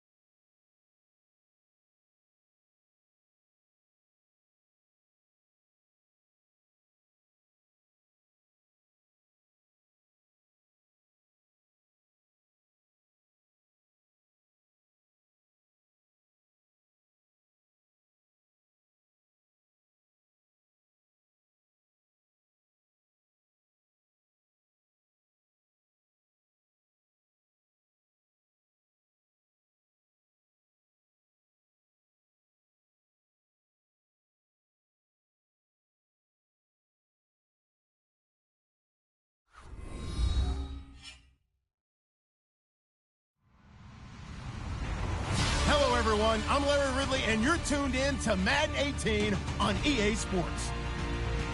Anticipation is mounting for today's game, and we've got two quarterbacks looking to make an impact. It's Dak Prescott's Cowboys going up against Bortles' Jaguars. Larry, the fans in teal and black are ready to lock down the bank as you get a look inside Everbank Field in Jacksonville, Florida. This crowd excited to see their Jaguars as both teams emerged from their tunnels a moment ago. We are just about ready for football as the Jags get set to match up with the Dallas Cowboys. Here's Corey Grant now to return. They'll bring it back to just about the 25. Call it the 24-yard line.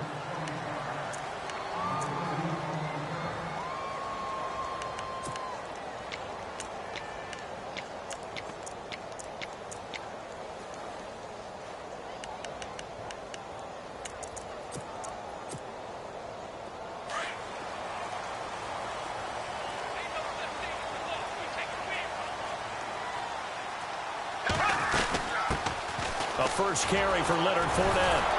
And the second wave of tacklers is going to get him as they stop him behind the line. It's a loss of a yard there, and now second down. Okay, there's a tone setter. First play from scrimmage. Stuff him in the backfield. You know what they were doing last night in the hotel room?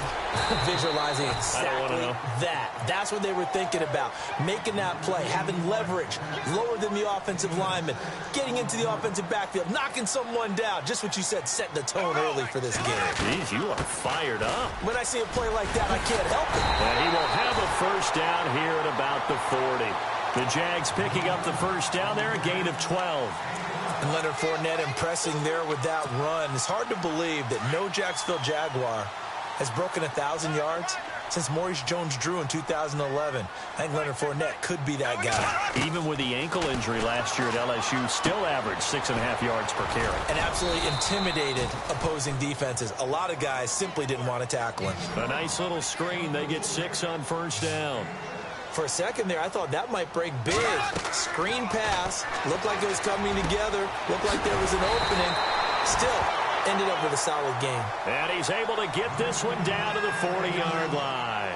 A Jags first down. Bortles to Robinson. Throwing on first down is Bortles. He'll set up the screen to Fournette. And he's going to get this inside the 30. 11 more yards that go around. A first down as well.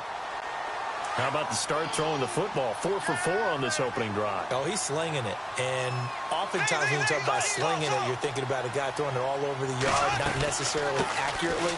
In this case, though, he's honing in on his targets, and he's delivering. Yeah, the opening script, however, they drew it up for this first drive, going to plan so far. Just what you want on a first down run. Call it 8 yards, and it's 2nd and 2. They set up the screen to Ivory. A gain of 4 that time as the drive continues.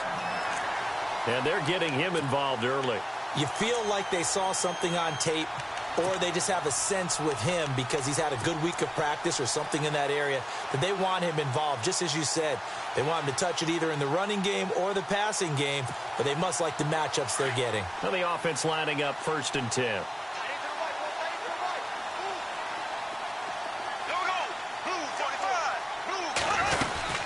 They'll run it now out of the gun.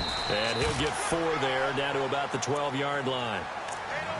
Well, that call makes sense because they've been throwing it well on this drive, and once again they show passing formation, showing the shotgun.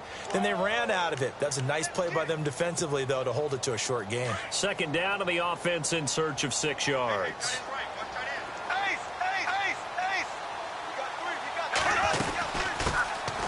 They'll run it now out of the gun. And he's going to fight his way forward here for a modest gain.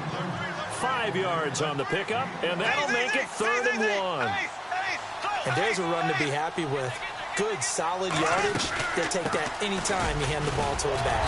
And he won't have the touchdown, but he will have the first down as he's tackled at the 2. The gain of 5 that time gives him the conversion and makes it 1st and goal. And now for the offense, this is play number 11 here on this drive.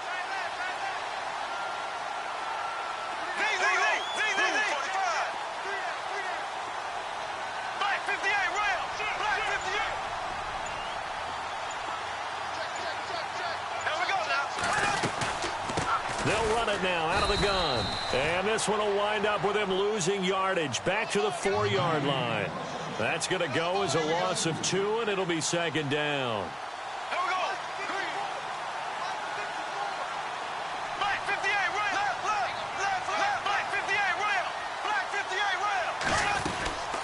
They'll run it now out of the gun. And he gets halfway home from the 4 down to the 2-yard line. His path became similar to almost running a stretch play, didn't it? Trying to find a crease, anywhere to put his foot in the ground and cut back. It just never materialized. This opening drive has taken him to the 2, but now they come up on a 3rd and goal.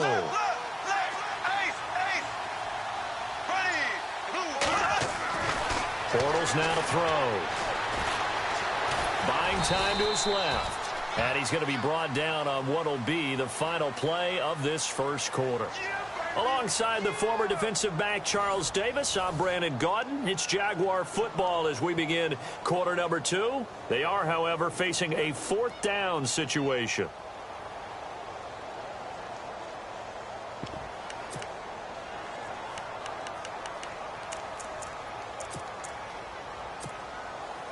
And no move to take the offense on the field. They're going to stay out there and go for it on 4th and goal. Bortles will keep it, and he'll take this one in for a Jags touchdown. Blake Bortles taking it in. And the Jaguars drive right down the field and score on the opening drive. And this is up and good. The score now 7-0 Jaguars.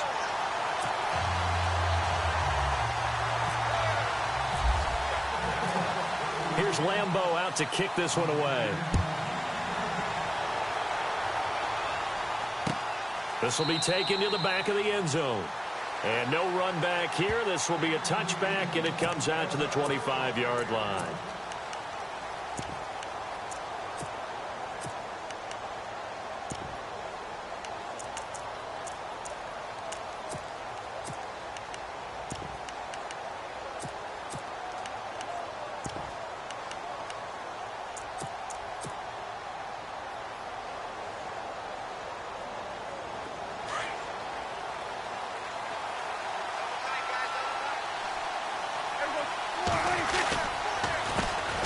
They'll start the drive with Elliott. And he will lose yardage here back at the 23-yard line. It's a loss of 2 there, bringing up 2nd down.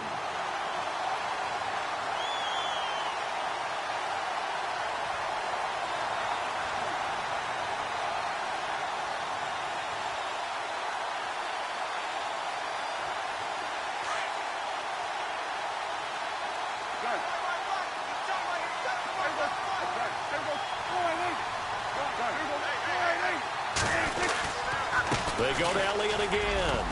And a nice run past the 30-yard line there. That's what they needed. It's an 8-yard gain, and now 3rd and 4 suddenly doesn't look so bad. Here's Prescott. Jaguar pressure and a Jaguar sack.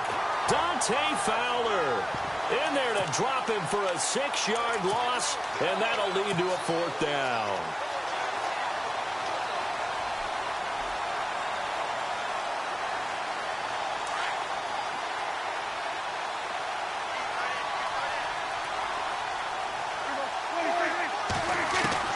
On 4th, they do snap it to Prescott. He's got his man. It's Williams. 26 yards on the pickup there. And it'll be a Dallas 1st down. Brandon, I have one word for you after that completion for a 1st down. Lucky? Analytics. Well, the analytics say punt the football there. So we're changing to analytics as we go, right? What a big-time play for them. And really took a big-time chance. Yeah, big-time first half chance. A 1st down carry by Elliott. And some room to maneuver. 20. And he's going to be out of bounds down inside the 20 at the 15. 34 yards there at a 1st down. This has been a good drive so far, and it's been the running game for the most part that's powered them down there. Another nice burst there, picking up a 1st down. Now it's 1st and 10, as you said, in the red zone.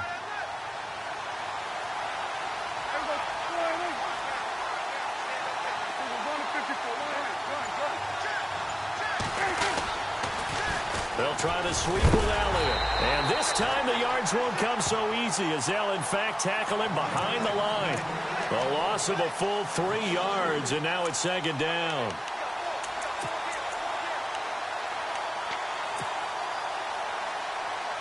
They don't need to run another play here before the 2-minute warning. Let's see if they do it anyway. And before this second down play, we'll get a whistle, a signal, and a timeout. They'll have 2 remaining as we step aside here in this second quarter.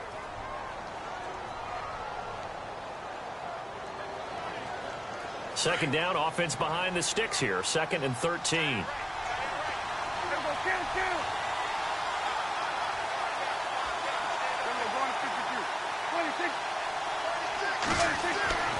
Now Prescott. And it's intercepted at the goal line. Picked off by Tashawn Gibson. And a big turnover there as his guys will get the football back. So the football switching hands here in just a second. And, you know, Tom Brady, just to go off on a tangent for a second, may have lost the Super Bowl. But 3rd MVP this past season, and what he did at age 40, really something, right, Charles? Absolutely phenomenal. Ended up beating out Todd Gurley, the running back for the Los Angeles Rams. But he would have traded it for a Super Bowl win, don't you think? How about this? The last 9 NFL MVPs to play in the Super Bowl that same season, 0-9. Yeah. Can't go all the way back to Kurt Warner in, what, 1999, where he won the double? We were going over that stat earlier. That is hard to believe. But he would have been the MVP had the Patriots pulled that one out. Yeah, he still has 5 rings, though. 5 Super Bowl titles for Brady.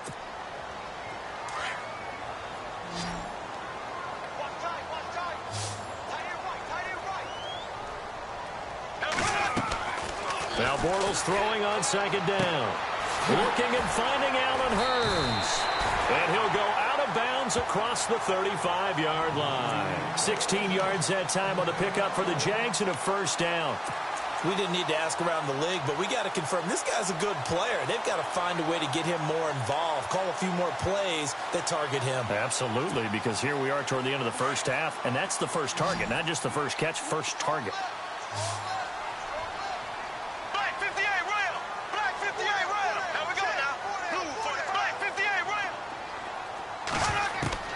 On 1st and 10, here's Bortles. Over the middle, the connection to Hurns. And he finally goes down at the 23-yard line. It's a big play for the Jaguars. And even 40 yards.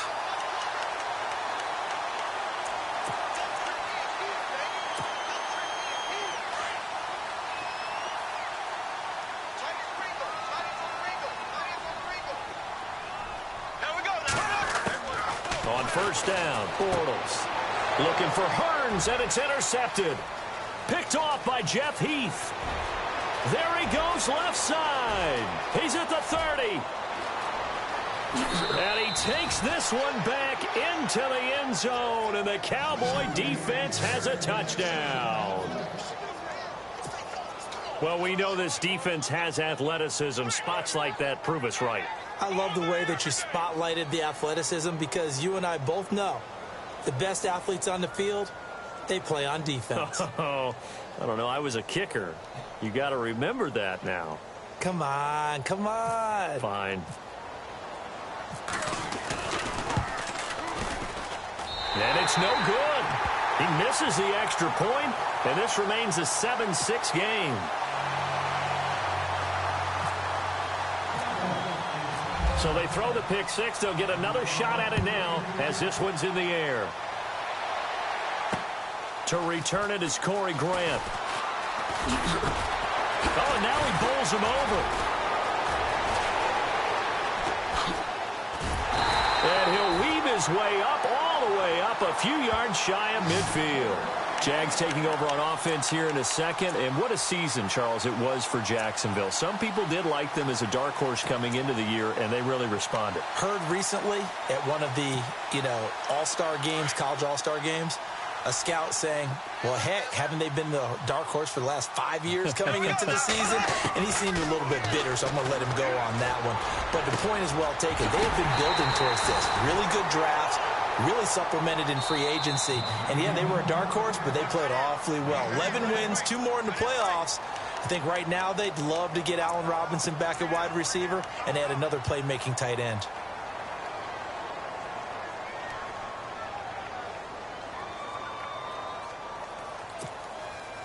First down and 10 now for the offensive group.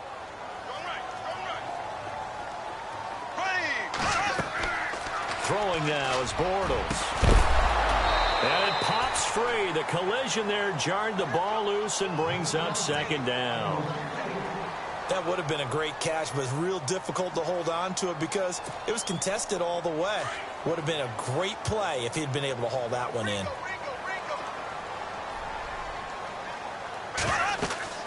Bortles will try again on second down. And it's incomplete. Took a shot, couldn't connect. He was looking to get it to Allen Hurns that time. Third down here. Feels like they're getting caught in between here because they didn't completions on first and second down. Now you got to worry a little bit about the clock because you prefer not to give them another shot here in the first half. But if you don't pick up the first down, guess what? You're likely going to have to. Third down, here's Ivory. And he's got room. He'll get the first down and more inside the 20. And he gets it all the way down inside the 10 to the 5-yard line. They're able to convert on third down, and that sets up a first and goal. They'll try to run with Ivory. And he's going to press this one forward as they stop him right around the 1. Now the defense will burn their third and final timeout. And with halftime on the horizon, they'll be out of timeouts from here forward.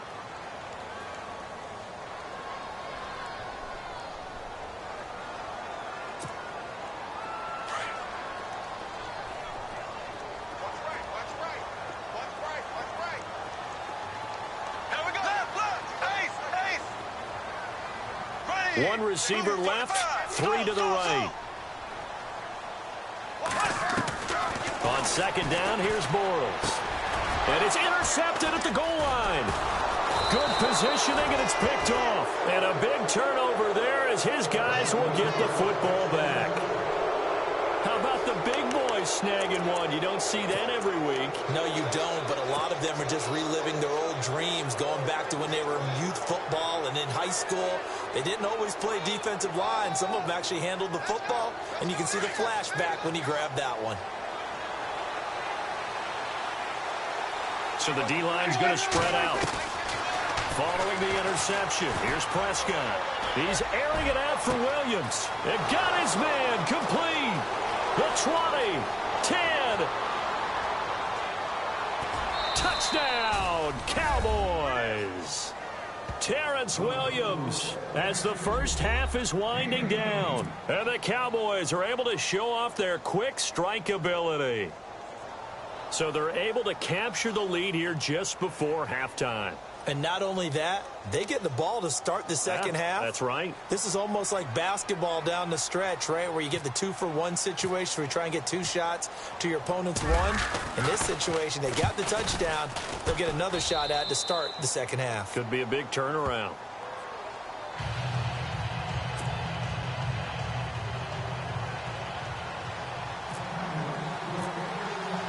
Bailey now to kick this one away.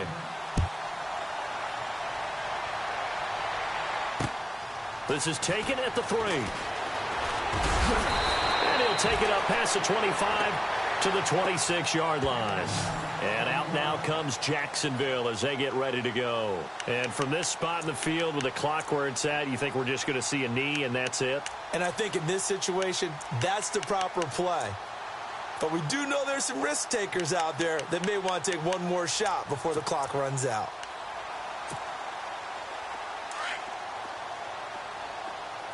And they're going to go soft on the corners. Black 58, Black 58. Trying to shake off the interception from the last drive. He'll look to throw.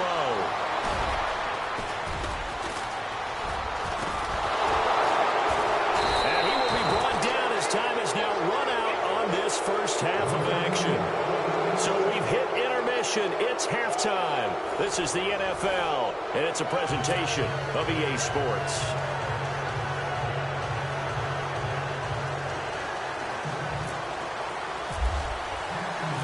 Both teams appear ready for the fight ahead, and we resume action here in quarter number 3. And a fair catch signaled for and taken successfully. Out come the Cowboys now as he'll go on offense first here in this third quarter. And following that long touchdown pass, a one-play drive last time, we'll see if the defense, you know they're ready. They don't want that to happen again. And you would have thought they would have been ready the last time. That's what you work on all the time. Make sure that no one gets behind you. That's the cardinal sin of defense, not giving up the long pass. They did. Let's see how they adjust. Second half starts with a carry by Elliott. And he'll fight forward to about the 27-yard line. Give him a couple on the carry there. 2nd and 8. Well, he was looking for some running room, and there wasn't a whole lot of it there on that play. I think he was lucky to get a couple of yards out of it. So those defenders, they were rallying to the football pretty quickly.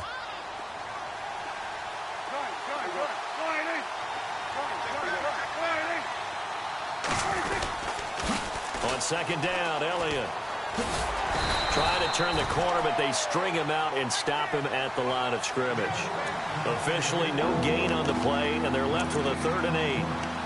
He couldn't get the edge there. It wasn't sealed, so maybe not all on the guy running the football all the time on those tosses and the pitches that go to the outside. No, not at all. I would agree with that totally, because sometimes the defensive guys, they win the edge battle. And when they do that, there's no place for the running back to go, and especially for offensive linemen trying to get out ahead. With their footwork and speed, it was negligible on that play. No gain at all for the offense. On 3rd down, it's Prescott. Forced out to his left. And that's caught by Beasley. And he'll be taken down, but not before he gets into enemy territory. A big 3rd down conversion with a gain of 28.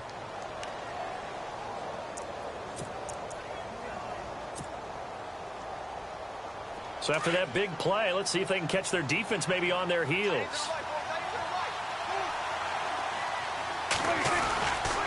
Elliott running right. And this one goes nowhere. Losing yardage on the play back at the 46. That's going to go as a loss of 2, and it'll be 2nd down. And the offense moving in the wrong direction here now as they face a 2nd and 12.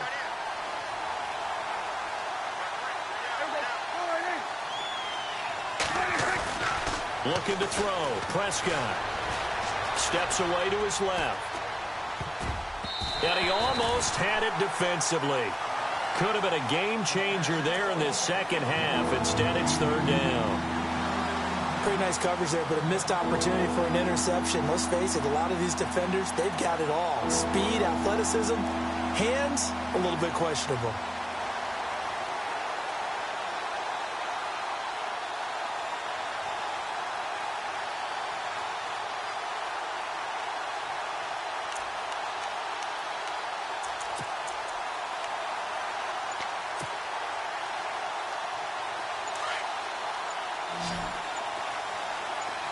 The defensive line disperses a little bit here, maybe expecting a pass. Prescott now. He's airing it out for Williams. The ball popped in the air and intercepted. Picked off at the 11. And the return will stop them well inside their own 20 at the 15-yard line. First possession of the 3rd quarter, an interception, so maybe a 2nd half tone setter. Indeed, and not the tone they wanted to set. That's the equivalent of running out the wrong door and running into your pool instead of running out onto the field. A real dud for that one. Has that happened to you before? No, but I've heard stories about teams actually doing that back in the good old days. And he's going to lose yardage here back to the 14-yard line. That's going to go as a loss of a yard, and it'll be 2nd down.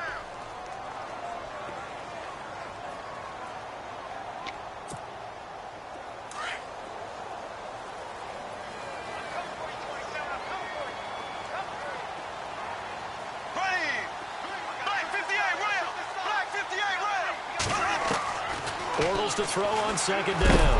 Nowhere to escape, and he goes down. Anthony Hitchens not dropping into coverage. He comes on the blitz and takes him down for a loss of 9. There we go. Green, 90. Slow. That's how we do it, baby. Left. Slow. On 3rd and long, it's Bortles.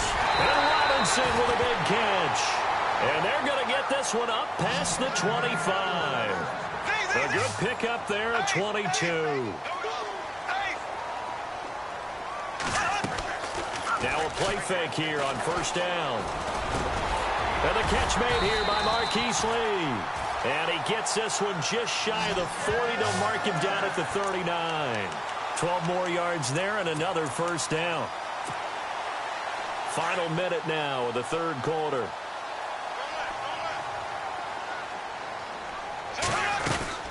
Fournette, a first down carry. And he'll be taken down, but not before he gets into enemy territory. 12 yards on back-to-back plays there, and that's another first down. How many times do we say in this game that speed kills, and it does it in so many different ways? In this case, you got a back who's quick and shifty, can make moves, make people miss, but also gets to and through a hole before it can close down. That's some of the benefits of that speed, not just outrunning people in the secondary, and that led to a really nice gain. So the incomplete pass brings up second down.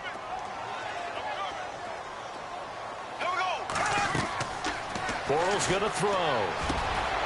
Completes it to Hearns. And he'll be taken down, but not before getting this inside the 30. A good pickup there of 20 yards. Bortles now on first down. Now they set up the screen. That's complete. And he's able to get it to the edge of the red zone at the 20-yard line.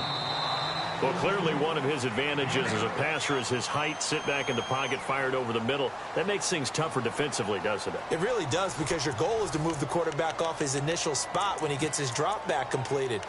But when you have that type of height, he can stay in there if he's willing to take the hits and just fire over the top, which saves him time and actually completes a play a little bit quicker than it normally does, so a quarterback has to slide and find open space to throw. His throw caught at about the 5. And he couldn't quite get there. Tackled down at the 1. First down, Jacksonville. The passing game looking sharp on this drive for the Jags. Again, it's Bortles. And it's caught at the 7-yard line. And he's going to be stopped dead in his tracks. A loss of a full 3 yards, and now it's second down. Got to give some credit there defensively. They snuffed out that screen early on first down. Really read it well, didn't they? Because they didn't bring the pressure that they expected. They covered all the passing lanes. So once you see it break down as the passer, I think in this situation, you're throwing it at the feet of your back to make sure no one picks it off, or you throw it away, throw it over the sideline. Don't try and freelance and try and make a bigger play. There's really no one else running a pattern that should be open. He dropped it. Couldn't hang on in the end zone. So no 6 points, incomplete. Those throwing windows get a lot tighter near the end zone, don't they? And here's the thing. You already probably have 3 points in your hip pocket. You force a throw here and give up an interception, you come away with nothing. Especially tough in the middle third of the field where he threw that one. Likely the play of the game here, trailing in the final quarter and going for it on 4th and goal. Black 58 round. Black 58 round. Left. Now Bortles got to have this one. And that is caught. Touchdown, Jacksonville. Michael Rivera, a 2-yard touchdown grab. And the Jags are an extra point away from taking the lead. And they have taken the lead here in this 4th quarter.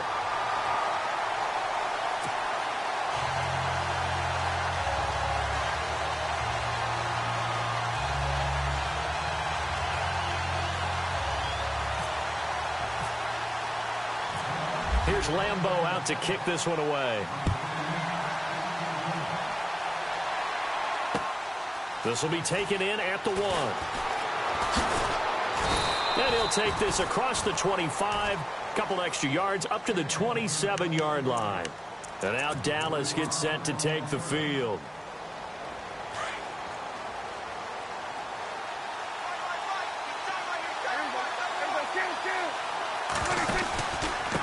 The give is to Elliott.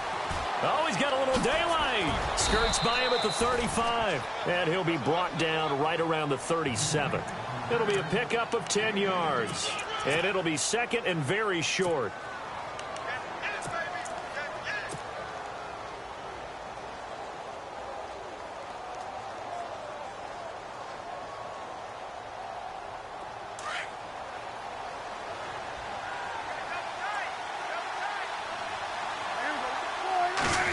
the sneak. It's Prescott. And he'll be brought down shy of the 40 at the 38-yard line. Only a yard there on the keeper, but that's all he needed. First down. Well, I liked it. Just take the snap, burrow forward, pick up the few inches you need for a first down. And defensively, I don't think they were expecting that. They looked a little surprised in the middle. Yeah, a little bit wary there, weren't they? Because that can be a throwaway down where maybe you go play action, fake it, and try and get something big. But instead they said, forget it. Let's just get a first down and start a new set. This is Elliott. And getting this just shy of midfield, they'll spot it at the 49. Give him 10 yards on that one, and that'll earn him a fresh set of downs. Well, partner, I know this type of running back. I mean, this size, this intensity usually gets better as the game goes on. I can just tell you from experience, the first few quarters, oh, you're eager. You come running up there, I'm going to tackle this guy. By the fourth quarter, you're coming up and thinking about it. And D-line wearing down fourth quarter. Yeah, that's not a guy they want to see consistently. So a nice job to break the one tackle, but not much daylight after that as he's brought down. Give him 3 on first down. It'll set up a 2nd and 7.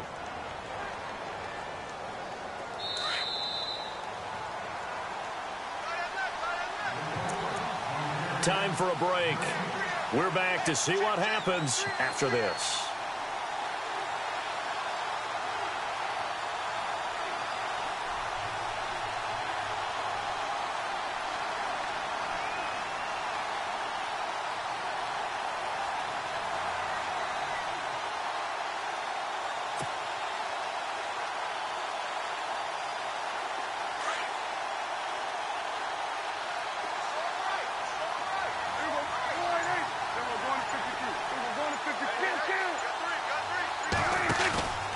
From the pistol, here's Elliott. So quick on the spin. He's spinning, man. And he's brought down. A nice pick up there, 10 yards, and it'll move the sticks. I've yet to meet a wide receiver who likes to block more than catching the football, but the best ones understand that that's how they'll actually get more passes thrown to them if they help in the run game. And anytime you get a run of that yardage, that means the wide receivers did help. They get down to what a lot of people call the second level, the linebackers, or the third level where the defensive backs are, and they get out in front and put their bodies out there and create more space for their runners to gain the yardage. It's a pickup of 4, and it'll bring up 2nd down. Tough running there. That's a hard-earned 4 yards. Yeah, those are the unsung kind of runs. They don't fill up the stat sheet, but they do set you up in good position on 2nd down. They'll pitch it out to Elliott. A little juke. And he works free. Elliott a first down and more. Touchdown, Cowboys. Ezekiel Elliott, 34 yards. And the Cowboys have taken the lead here in the fourth quarter. Wow, I know it's a never-say-never situation, but to me, that looks like that's the one that's going to finish them off. The score that puts them in front here late, but not. You got to rally your kick team, don't you, and say the last thing we need is a big return. And what happens is guys get overeager, get out of their lane because they're so excited they want to make the last tackle. You mess up, could come back at you a long way. Now they send the tight end in motion left. They'll let Elliott try and run it in. And he will get into the end zone again. And he seems to have a nose for it as he gets both the touchdown and the 2-point conversion. Bailey now to kick this one away. That's fielded in the end zone. And a pretty good return here. He'll be stopped just shy of the 25 at the 24-yard line. Out comes the Jacksonville offense as they get set to take over here. They're down here in a one-score game, but the time, it's a factor, but it's not a huge factor right now, is it? It's really not, because this amount of time gives them a chance to run their offense, to go through play sequences. And this is what they work on every week in practice, usually on a Friday. They go over this type of a situation, late game situation. What are we going to do when we have the opportunity? They've called these plays a bunch of times. Now's their chance to execute them. Well, they have the opportunity now. Here's the execution. He got 29 yards that time.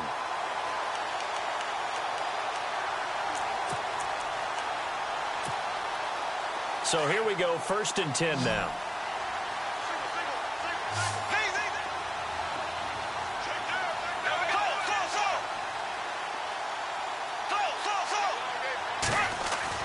They'll look to throw.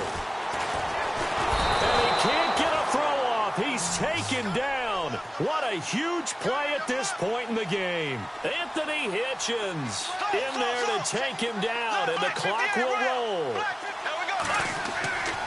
He's back to throw. And, oh, a crusher there as it's intercepted. Picked off by Orlando Scandrick. And they will finally get him, but not until he's all the way down inside the 15-yard line. Doug Bortles simply cannot keep putting his team, putting his defense in these types of predicaments. He's got to take care of the football. And last season, a lot of the turnovers, just like this one, in Jags territory, 11 of the 16 really put them in a tough spot in plus territory for the opposition.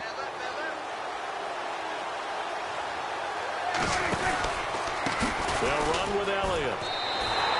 A loss of a full 3 yards, and now it's second down. And now the Jags defense deciding to call a timeout. It's just their first. They've got 2 more to use here in the final stages.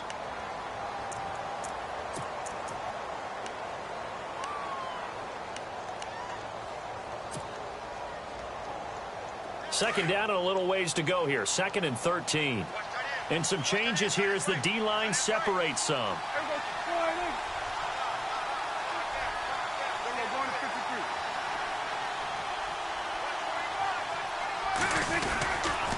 A give to Elliott running left. And maybe a measure of revenge there. He's had his way in this one, but this time they get him behind the line.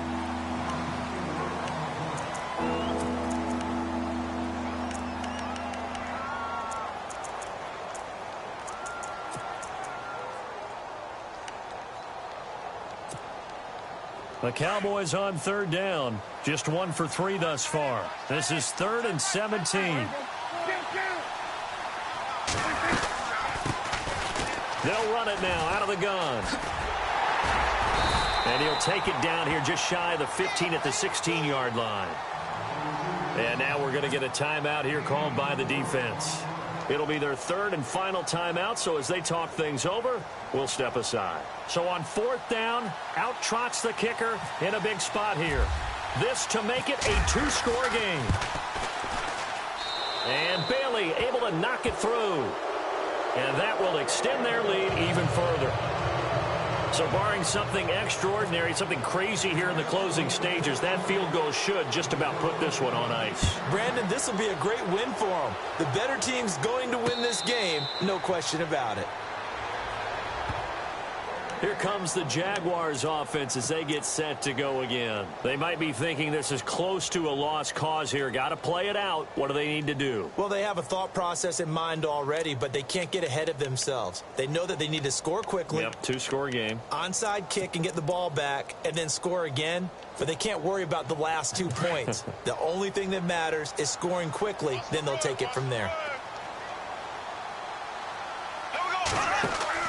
To throw is Bortles. And he will go down. A Cowboys sack. David Irving in there to drop him as the clock continues to roll.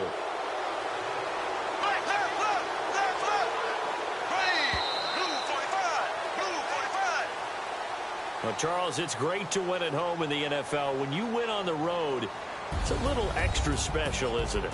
It is because, let's face it, in most cases, you're not expected to go on the road and win in the National Football League. It just doesn't usually compute. So to get out there, get that done, and then head back to your city with one in the victory column, oh, that's a fantastic feeling.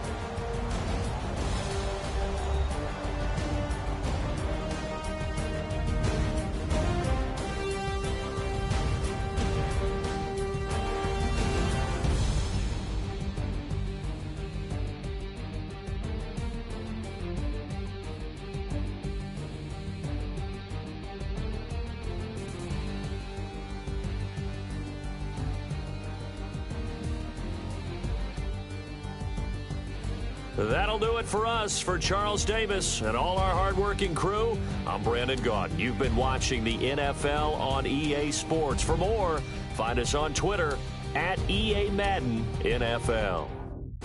With that, we sign off from Jacksonville.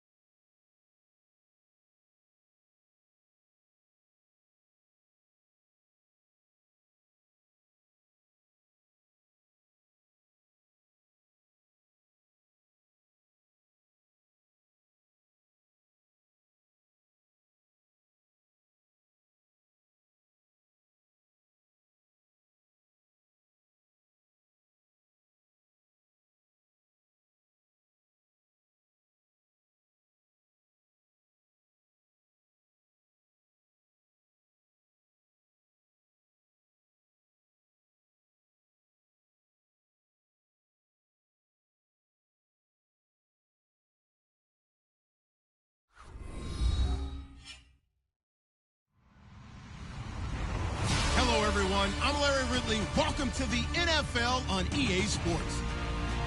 Anticipation is mounting for today's game, and we've got two quarterbacks looking to make an impact.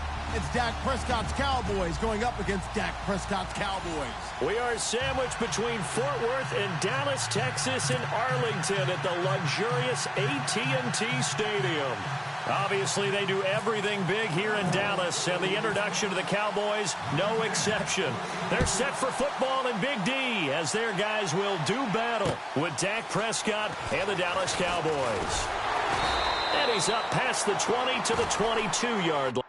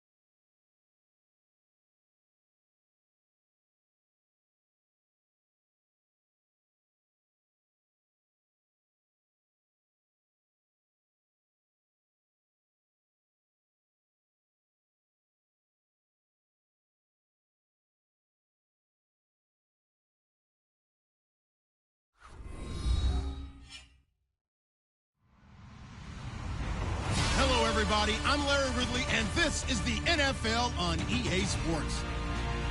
Two running backs will take the field today in hopes of leading their team to victory. It's Zeke Elliott's Cowboys going up against Bill's Steelers. All right, Larry, EA Sports coverage of the NFL brings us to the steel capital of the world, Pittsburgh, PA, at Heinz Field. This was the scene just a few moments ago as the Pittsburgh faithful were fired up by the hometown Steelers taking the field. They're all set as they'll match up with Dak Prescott and the Dallas Cowboys. This is fielded a couple yards deep, and he is out of bounds here on the return.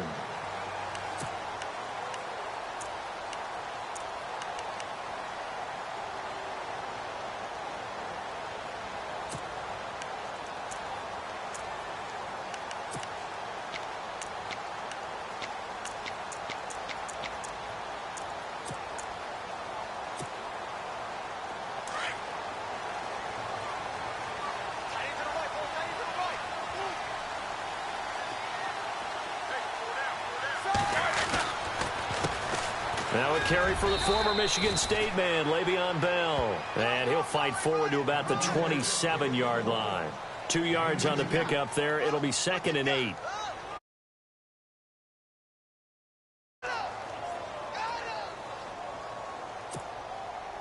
And after the play on the ground, that brings up 2nd down here. Hey, tight end's right. One tight end.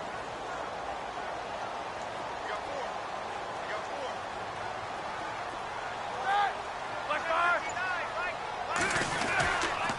Again, it's Bell. And this one goes nowhere. Losing yardage back at the 22. They call that a loss of 6 yards. And it's 3rd down now.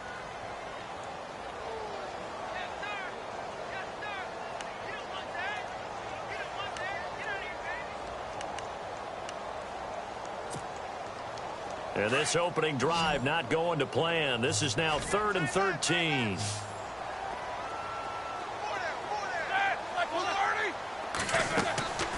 From the gun, it's Roethlisberger. Toward the sideline. Did he keep the feet in? Yes, he got them both down, says the side judge. And that's good enough for a 1st down. The Steeler first down, Roethlisberger to Bryant. Offense comes to the line now, 1st and 10.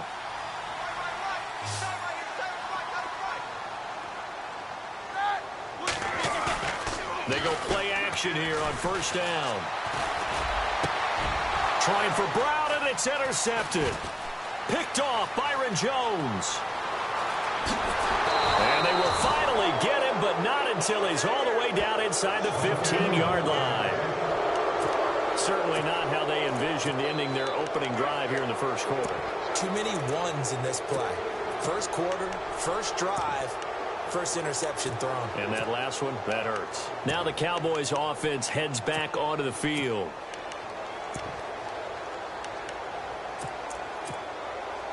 And they'll start this drive with very good field position.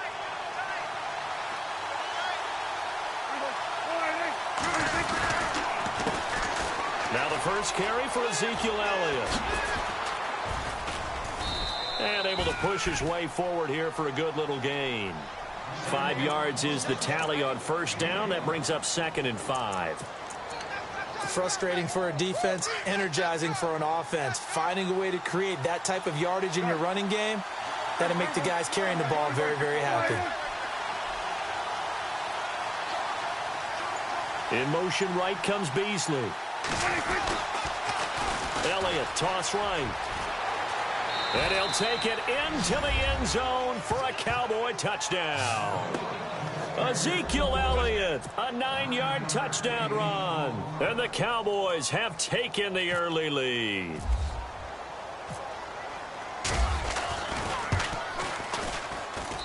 And this is up and good to make it 7-0 Cowboys.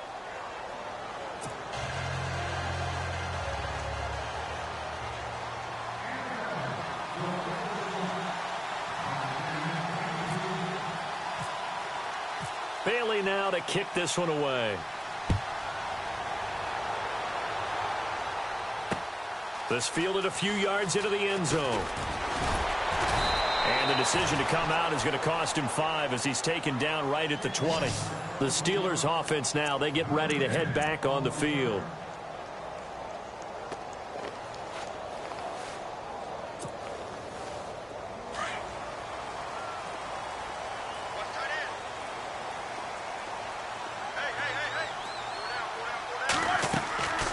They'll start out on the ground with Bell. Trying to find a lane, but instead he'll get back to the line of scrimmage. And no more.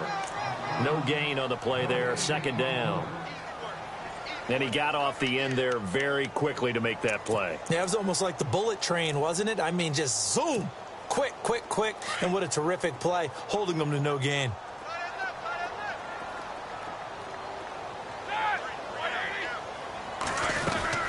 They'll go again with Bell.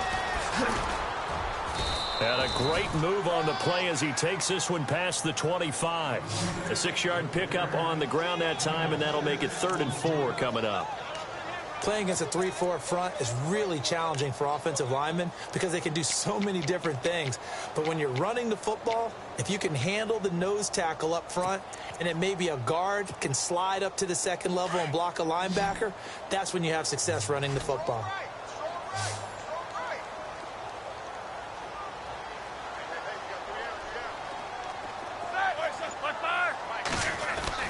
Here's Roethlisberger to throw. And he finds McDonald.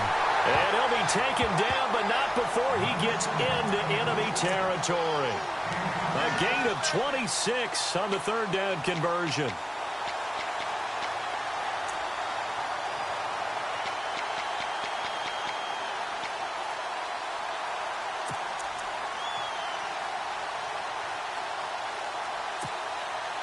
So after that big play, let's see if they can catch their defense maybe on their heels.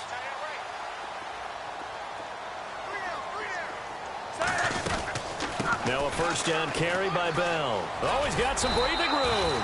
And a pretty big hole as he's down to about the 40. A good run there on 1st down, and it'll leave him with a 2nd and 2. If these kinds of lanes are available, you have to feel like he's going to have a pretty big game on the ground. Yeah, you can tell early on he's got a little burst in his step, and that's a big pickup right there on 1st down. Now some movement before the snap. And we'll hear from our referee for the first time this afternoon. So the offense now dealing with a 2nd and 7.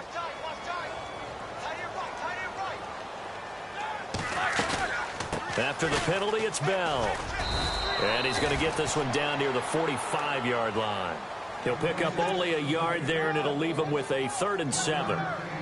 In order to play really good run defense when you're playing a 3-4, those 3 guys up front, the nose tackle and the guys they call the defensive ends, they're usually big people because they're going to have to eat up a lot of blockers because it's usually 5-on-3.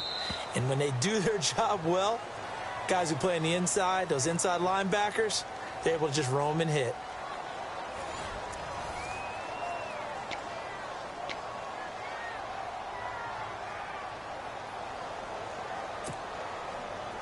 They'll need to get this to the 38. That's where the first down marker is here on 3rd.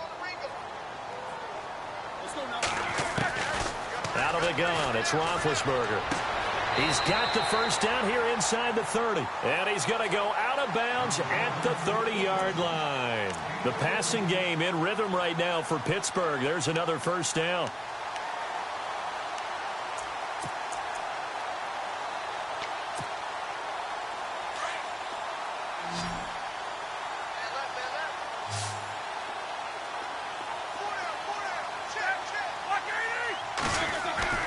Throwing now, Roethlisberger on first down. Over the middle here to Brown. And down inside the 15 he goes. Another nice gain, 16 yards there and a first down again. I know everyone wants that prototypical wide receiver, you know, the 6'3", 200-plus pound guy, like a Julio Jones and A.J. Green and Dez Bryant. Antonio Brown just shatters that, doesn't he? Smaller in stature, but still able to use... And no escaping this time as he'll go down. They got him for a sack. And plays like that really hurt play calling. They had a really nice gain on the previous play, but gave about half the yardage back on the sack. Excellent pressure up front, nowhere to go with the football. Down he goes.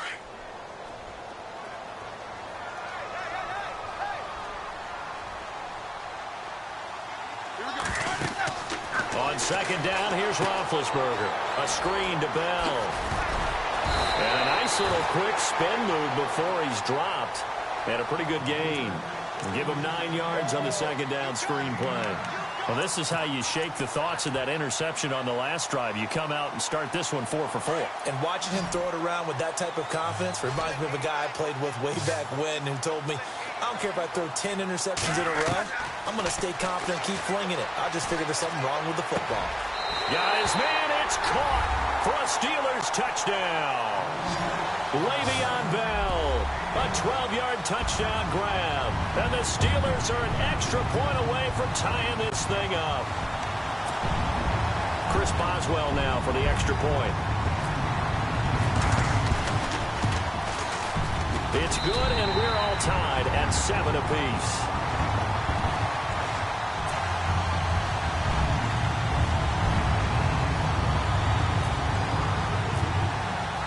So a tie ball game here as the kick's away. That'll be taken in the end zone. And no run back here. This will be a touchback, and it comes out to the 25-yard line. The Cowboys offense heading back out and ready to go again. And they had to wait a long time to get the football back. Probably not what you were hoping for when you got an offense that's humming. Agreed. What you were looking for is the defense getting the ball back pretty quickly, right? Hoping for a 3 and out. So that didn't happen. You can't yell at your D for that. They've got to take care of their own business and reestablish themselves now that they're back on the field.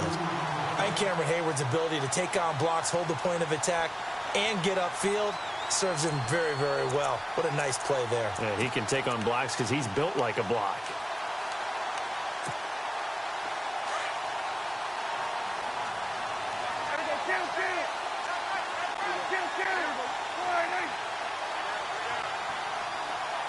In motion right comes Beasley. Now they'll run it on the toss. And not much there. Maybe a yard up to the 24. He was hoping to get to the edge, but they did a really nice job of forcing him back inside. That's excellent fundamental defensive football. Don't let them outside where they can really shred your defense.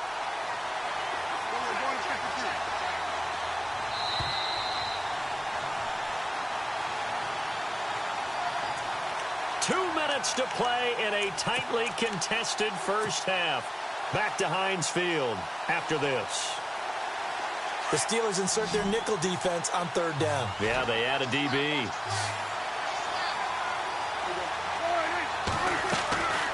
Out of the gun, here's Prescott. He completes it to Bryant. And he'll be taken down, but not before he gets into enemy territory. They give him 27 yards on the third down conversion.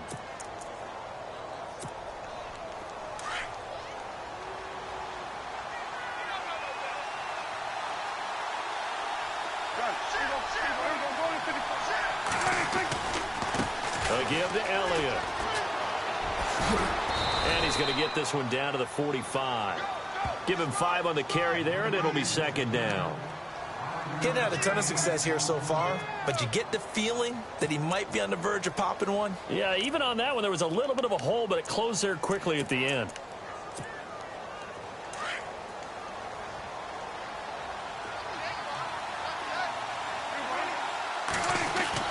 Prescott now on second down. He finds his target, Terrence Williams. And he is out of bounds inside the 30. He got 18 yards out of that one, and it gets him a new set of downs. And now the passing game here in the second quarter starting to heat up a little bit. Don't you feel the rhythm starting to happen, right? You see it. Now the confidence is starting to rise. I think now as a play caller, because that has happened, you lean on it a little bit more. You don't go totally away from running the football, but you do say, guess what? We can throw it. We can throw it well with a whole lot of confidence. On the counter, Elliott. And he's going to fight his way forward here for a modest gain. 5 yards on the carry. Good pickup on first down. And when you get good yardage like that on first down, it really does a whole lot of good for your entire offense. But I love the way he's finishing those runs. At the end of things, he's making sure he gets just a little bit extra.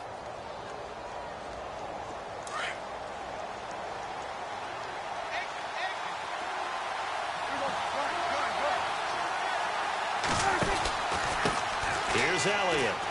They find some open field here. And he'll be out of bounds, taking it just shy of the 10 at the 11 or the 12. It's a 10-yard pickup, and it moves the chains.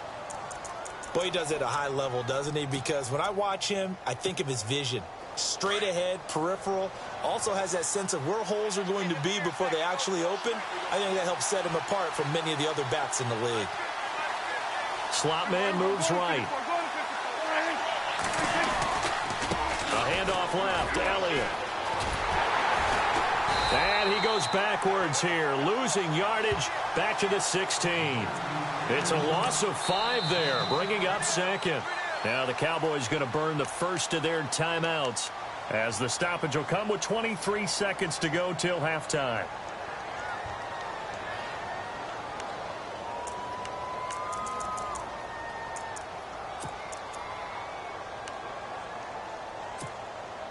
And the 8th play on this drive coming up.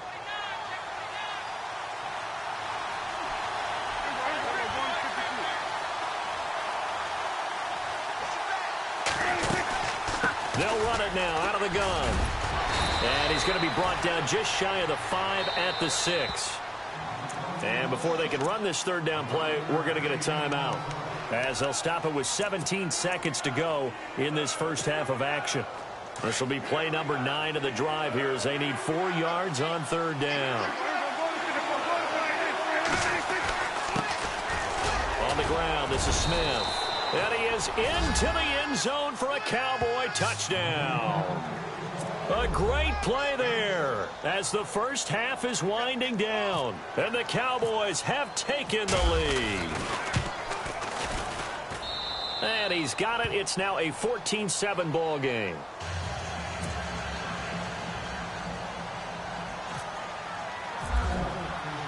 Bailey now to kick this one away. On the return, Fitzgerald to Son. And he'll get across the 20 before he's brought down at about the 23-yard line. And Pittsburgh getting set to take the field. And from this spot in the field with the clock where it's at, you think we're just going to see a knee and that's it? And I think in this situation, that's the proper play. But we do know there's some risk takers out there that may want to take one more shot before the clock runs out. And now this is intercepted. My goodness. Picked off by Jeff Heath. And a potential turning point as they'll get the football in very good field position late in this first half.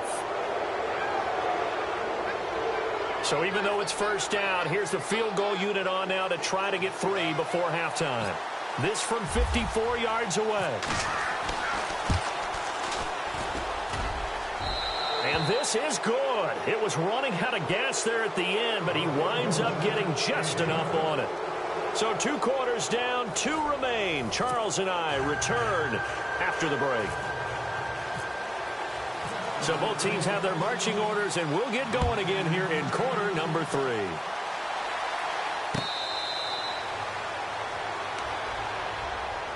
Out come the Cowboys now as they'll go on offense first here in this third quarter. They built a good first half lead. Now they have a chance to add on to it. And what I'm thinking is that the offensive staff spend the entire halftime just working with them on, here's what we think they're going to do to attack us in the second half.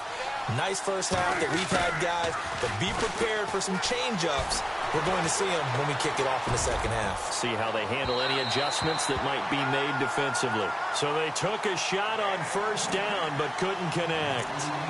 Help me out, partner. Was that incomplete? That was on a deep ball to Dez. And that's a surprise. The way he attacks the football in the air, it's always surprising to me when he doesn't complete a pass like that.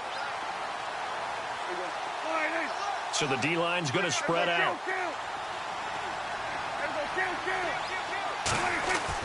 A second down throw for Prescott. And he hits Jason Witten, the tight end. And he'll get it up near the 35, right at the 34 here. And they'll get 9 there as that sets him up better for third down. When you execute a drag or a crossing route really well and give them a chance to let it develop a little bit, you can gain some significant yardage hitting your tight end on that one. They'll try and run for it with Elliott. And some room to work. And he's going to get this all the way down inside the 35. That one good for 33 and a first. Well, stands to reason that gives Zeke the ball there. I mean, let's face it. Last year, led the league in first downs picked up. Yeah, 91 of them, 19 more than second place David Johnson. Now, you can see the confidence that the team has in him touching the football. Offensive line wants to block even harder because of him. First down, Prescott. That is caught at the 7. Touchdown, Cowboys.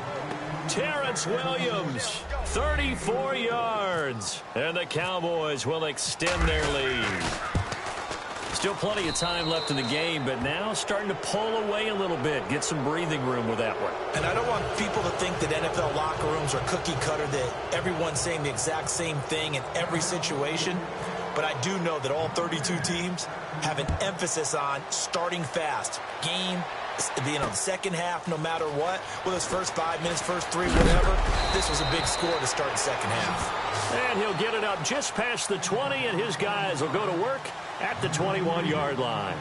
Now we take a glance at the offense as they work their way back out for their first possession of the second half. They're down in this game. A chance for the offense, though, to put something on the board, get some momentum here in half 2. Try and get things kick-started for them. And you know at the half, they discussed how they were going to get that done. This is where scripting comes into play a lot of the time. How many plays do you script coming out of the second? Most of the time in the first half, you're scripting 12 to 16. I think in the second half, you're really scripting more like 8 to 10. Kind of a starter or an opener, whatever terminology they use. Just something to get you off to a quick start. A Steeler first down on the pickup of 11 yards. So they pick up the first down after the run, and now they approach for the fresh set. And they'll keep it on the ground with Bell. And he'll get this up only to about the 33. Just a yard on the pickup there, and it'll bring up a 2nd and 9. sometimes with the running game, you've just got to stick with it. Look, it's the third quarter, no time to panic. But that also doesn't mean you just do it the same way you've been doing it the entire ball game. Maybe change up some blocking assignments or run a few different plays, but stay with the overall essence of the running game. Roethlisberger got his man complete over the middle. That's Brown. That throw good for only a couple. It brings up third down.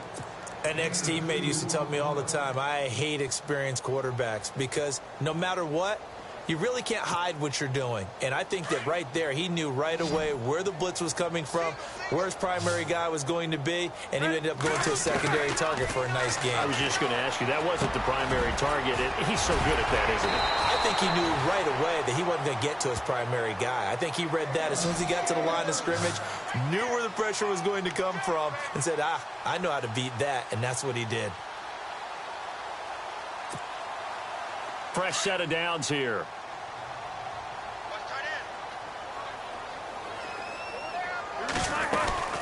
They'll run it now out of the gun. As he's got this down inside the 40 to the 39. 8 yards on the pickup, and now they'll have some options on second and short. This drive is turning into an extended one, and the guy carrying the ball, he's becoming more like a body blows guy. Every carry is putting some damage on the defense. So after a while, I'm not too sure how many guys are going to want to run up and tackle him. See if they stay on the ground for second down. On the counter, here's Bell. And a short gain there down to the 37-yard line. It'll be a pickup of just 2, and that'll bring up what looks to be a third and inches. Can't be more than a half a foot.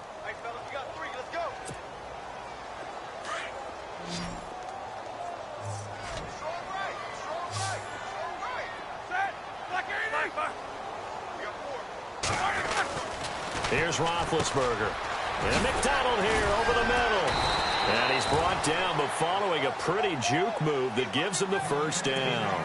The passing game in rhythm right now for Pittsburgh. There's another first down. Offense walks to the line for play number 7 of the drive. Back now in Pittsburgh. It's the Steelers with the football, but trailing here as we get going in quarter number 4.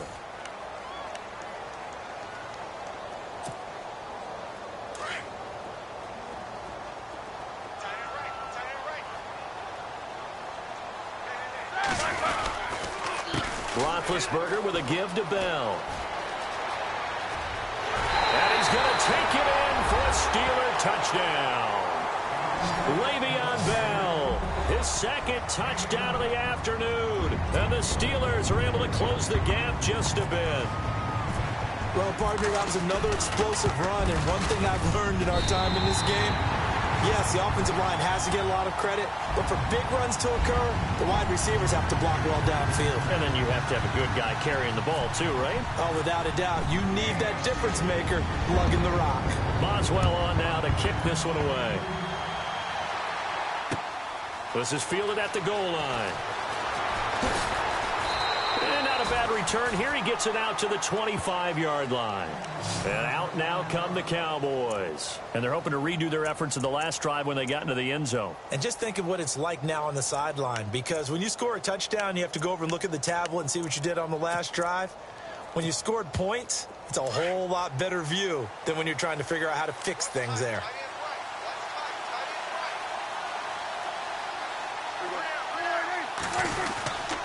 They start on the ground with Elliott. Oh, Elliott going to be hit. He coughs it up. Loose football. And it's picked up by the Steelers. And his guys are going to take over at the 21-yard line. Partner, that one looked like it was over. I mean, they had control, had the football, and the defense had to make a play in order to keep them in the game. That's exactly what they did. And now that door ajar, 2-score game. So hold on here. Not done in the fourth. They'll run it now out of the gun. And he will lose yardage here back at the 23-yard line. It's a loss of a yard there, and now second down.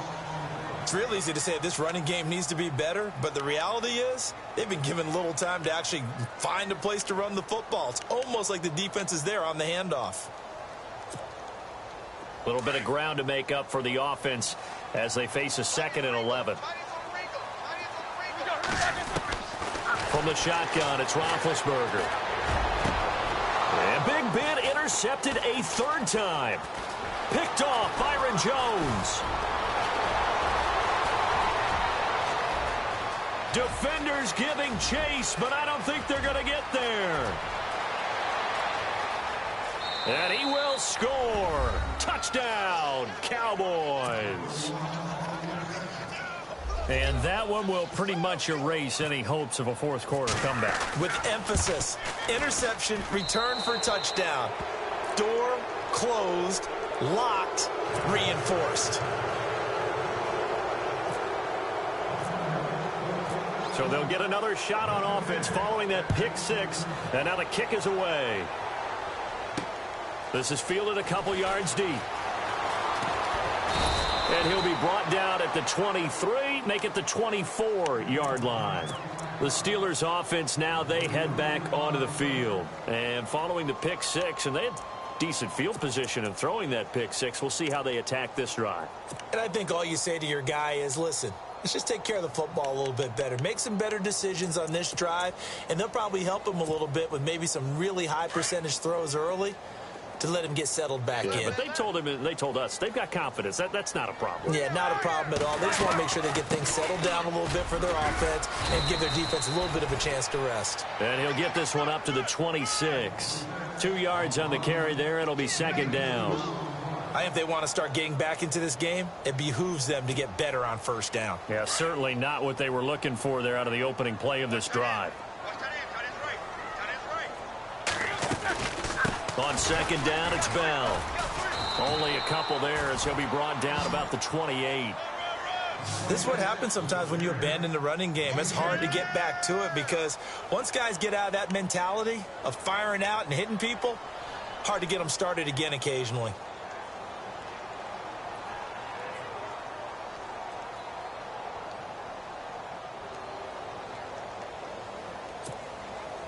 And the Steelers on third down. Can't be any better than a perfect 6 for 6. This will be 3rd and 6. Now it's Roethlisberger. Now they go screen. It's complete. And he's able to get the first before he's taken down at the 36. It goes as a gain of 8, and it moves the chains.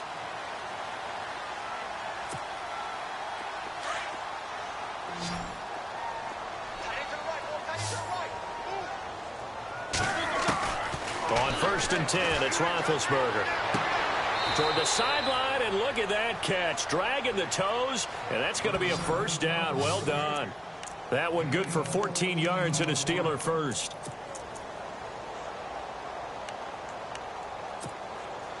So the offense has it 1st and 10.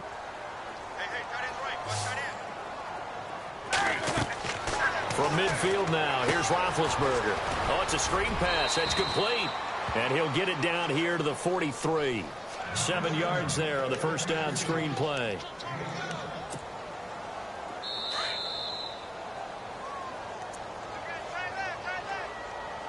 Time for a break. We're back to finish this one off after this.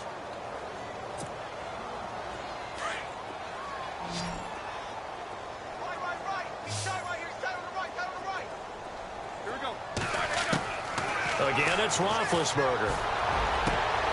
This one complete, right side to McDonald. And he's taken down, but not before reaching the 10-yard line.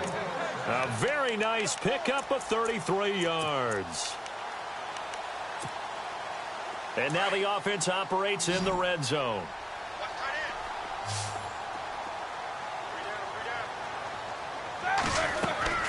On first down, it's Roethlisberger. They'll try and set up the screen. It's complete. And this play doesn't go anywhere. Backwards, losing yardage to the 11. It'll be a loss of a yard, and it'll be 2nd and goal.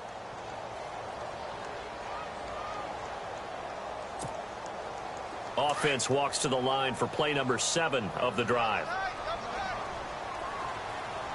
2nd and goal to go now. Now they'll try the sweep with Bell. Trying to get out wide, but he's going to be tackled right near the line of scrimmage. No gain on the play there. They're going to need to come up with something better here on 3rd and goal.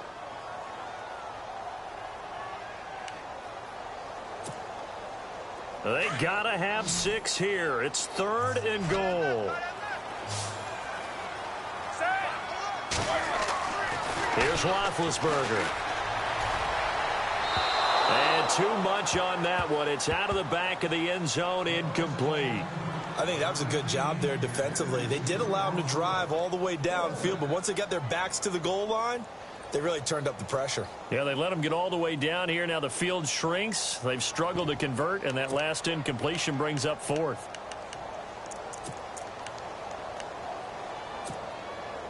The field goal doesn't help. They're going to go for the 6 here on 4th and goal. As expected, they're going for it to keep the drive alive. And they're going to try the screen. It's complete. He will be brought down well shy of the goal line. They get the completion but cannot push forward into the end zone. And that'll be just about all she wrote for this one.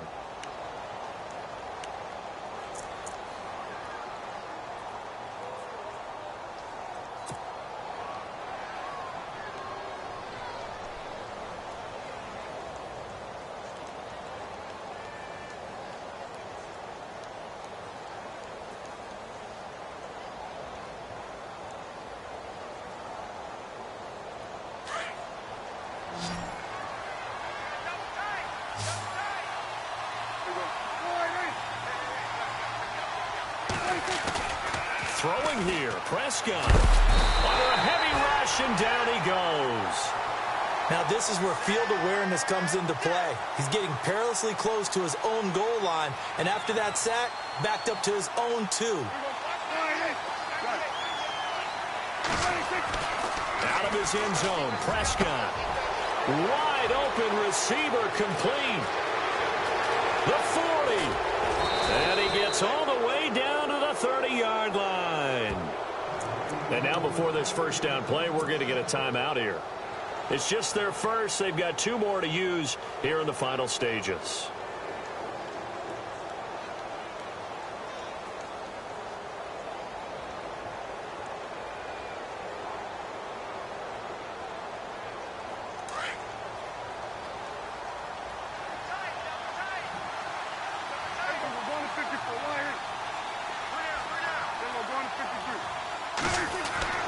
Looking to throw. Prescott. Dancing to his left. And it's intercepted at the goal line. Picked off by Mike Mitchell. And a big turnover there as his guys will get the football back. I think that interception happened for 2 reasons. Quarterback gets outside the pocket and panics a little bit. And receiver doesn't make sure he's absolutely in an open spot. So there's a guy lurking, took the ball from him. Yeah, so don't wave your arms, right, as a receiver if you're not wide open. Got to know that you're open. Otherwise, just don't do it.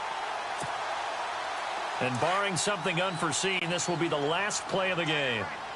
And no press coverage here. They are backing off in the secondary. Now Roethlisberger going to hand to Bell. Bell so light on his feet. Well, Charles, it's great to win at home in the NFL. When you win on the road, it's a little extra special, isn't it? It is because, let's face it, in most cases, you're not expected to go on the road and win in the National Football League. It just doesn't usually compute. So to get out there, get that done, and then head back to your city with 1 in the victory column, oh, that's a fantastic feeling.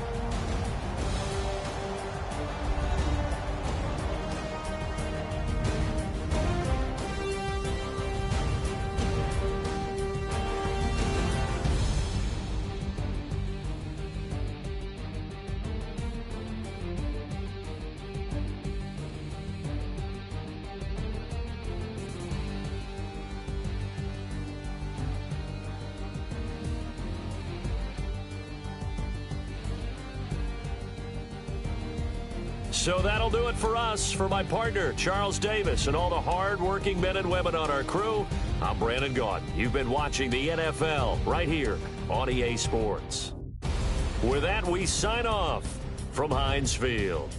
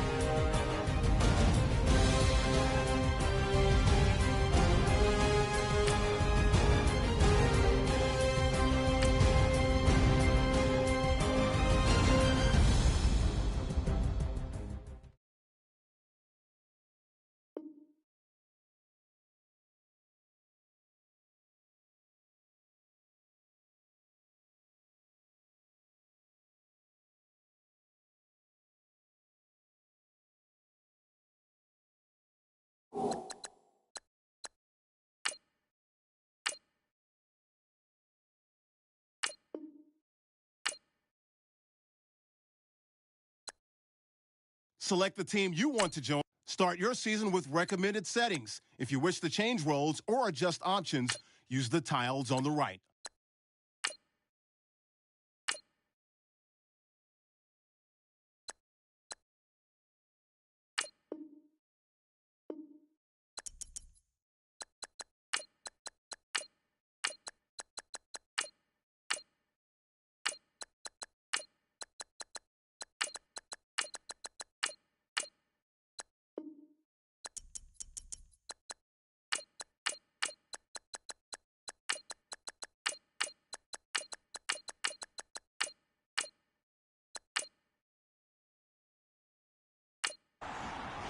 Your season starts now.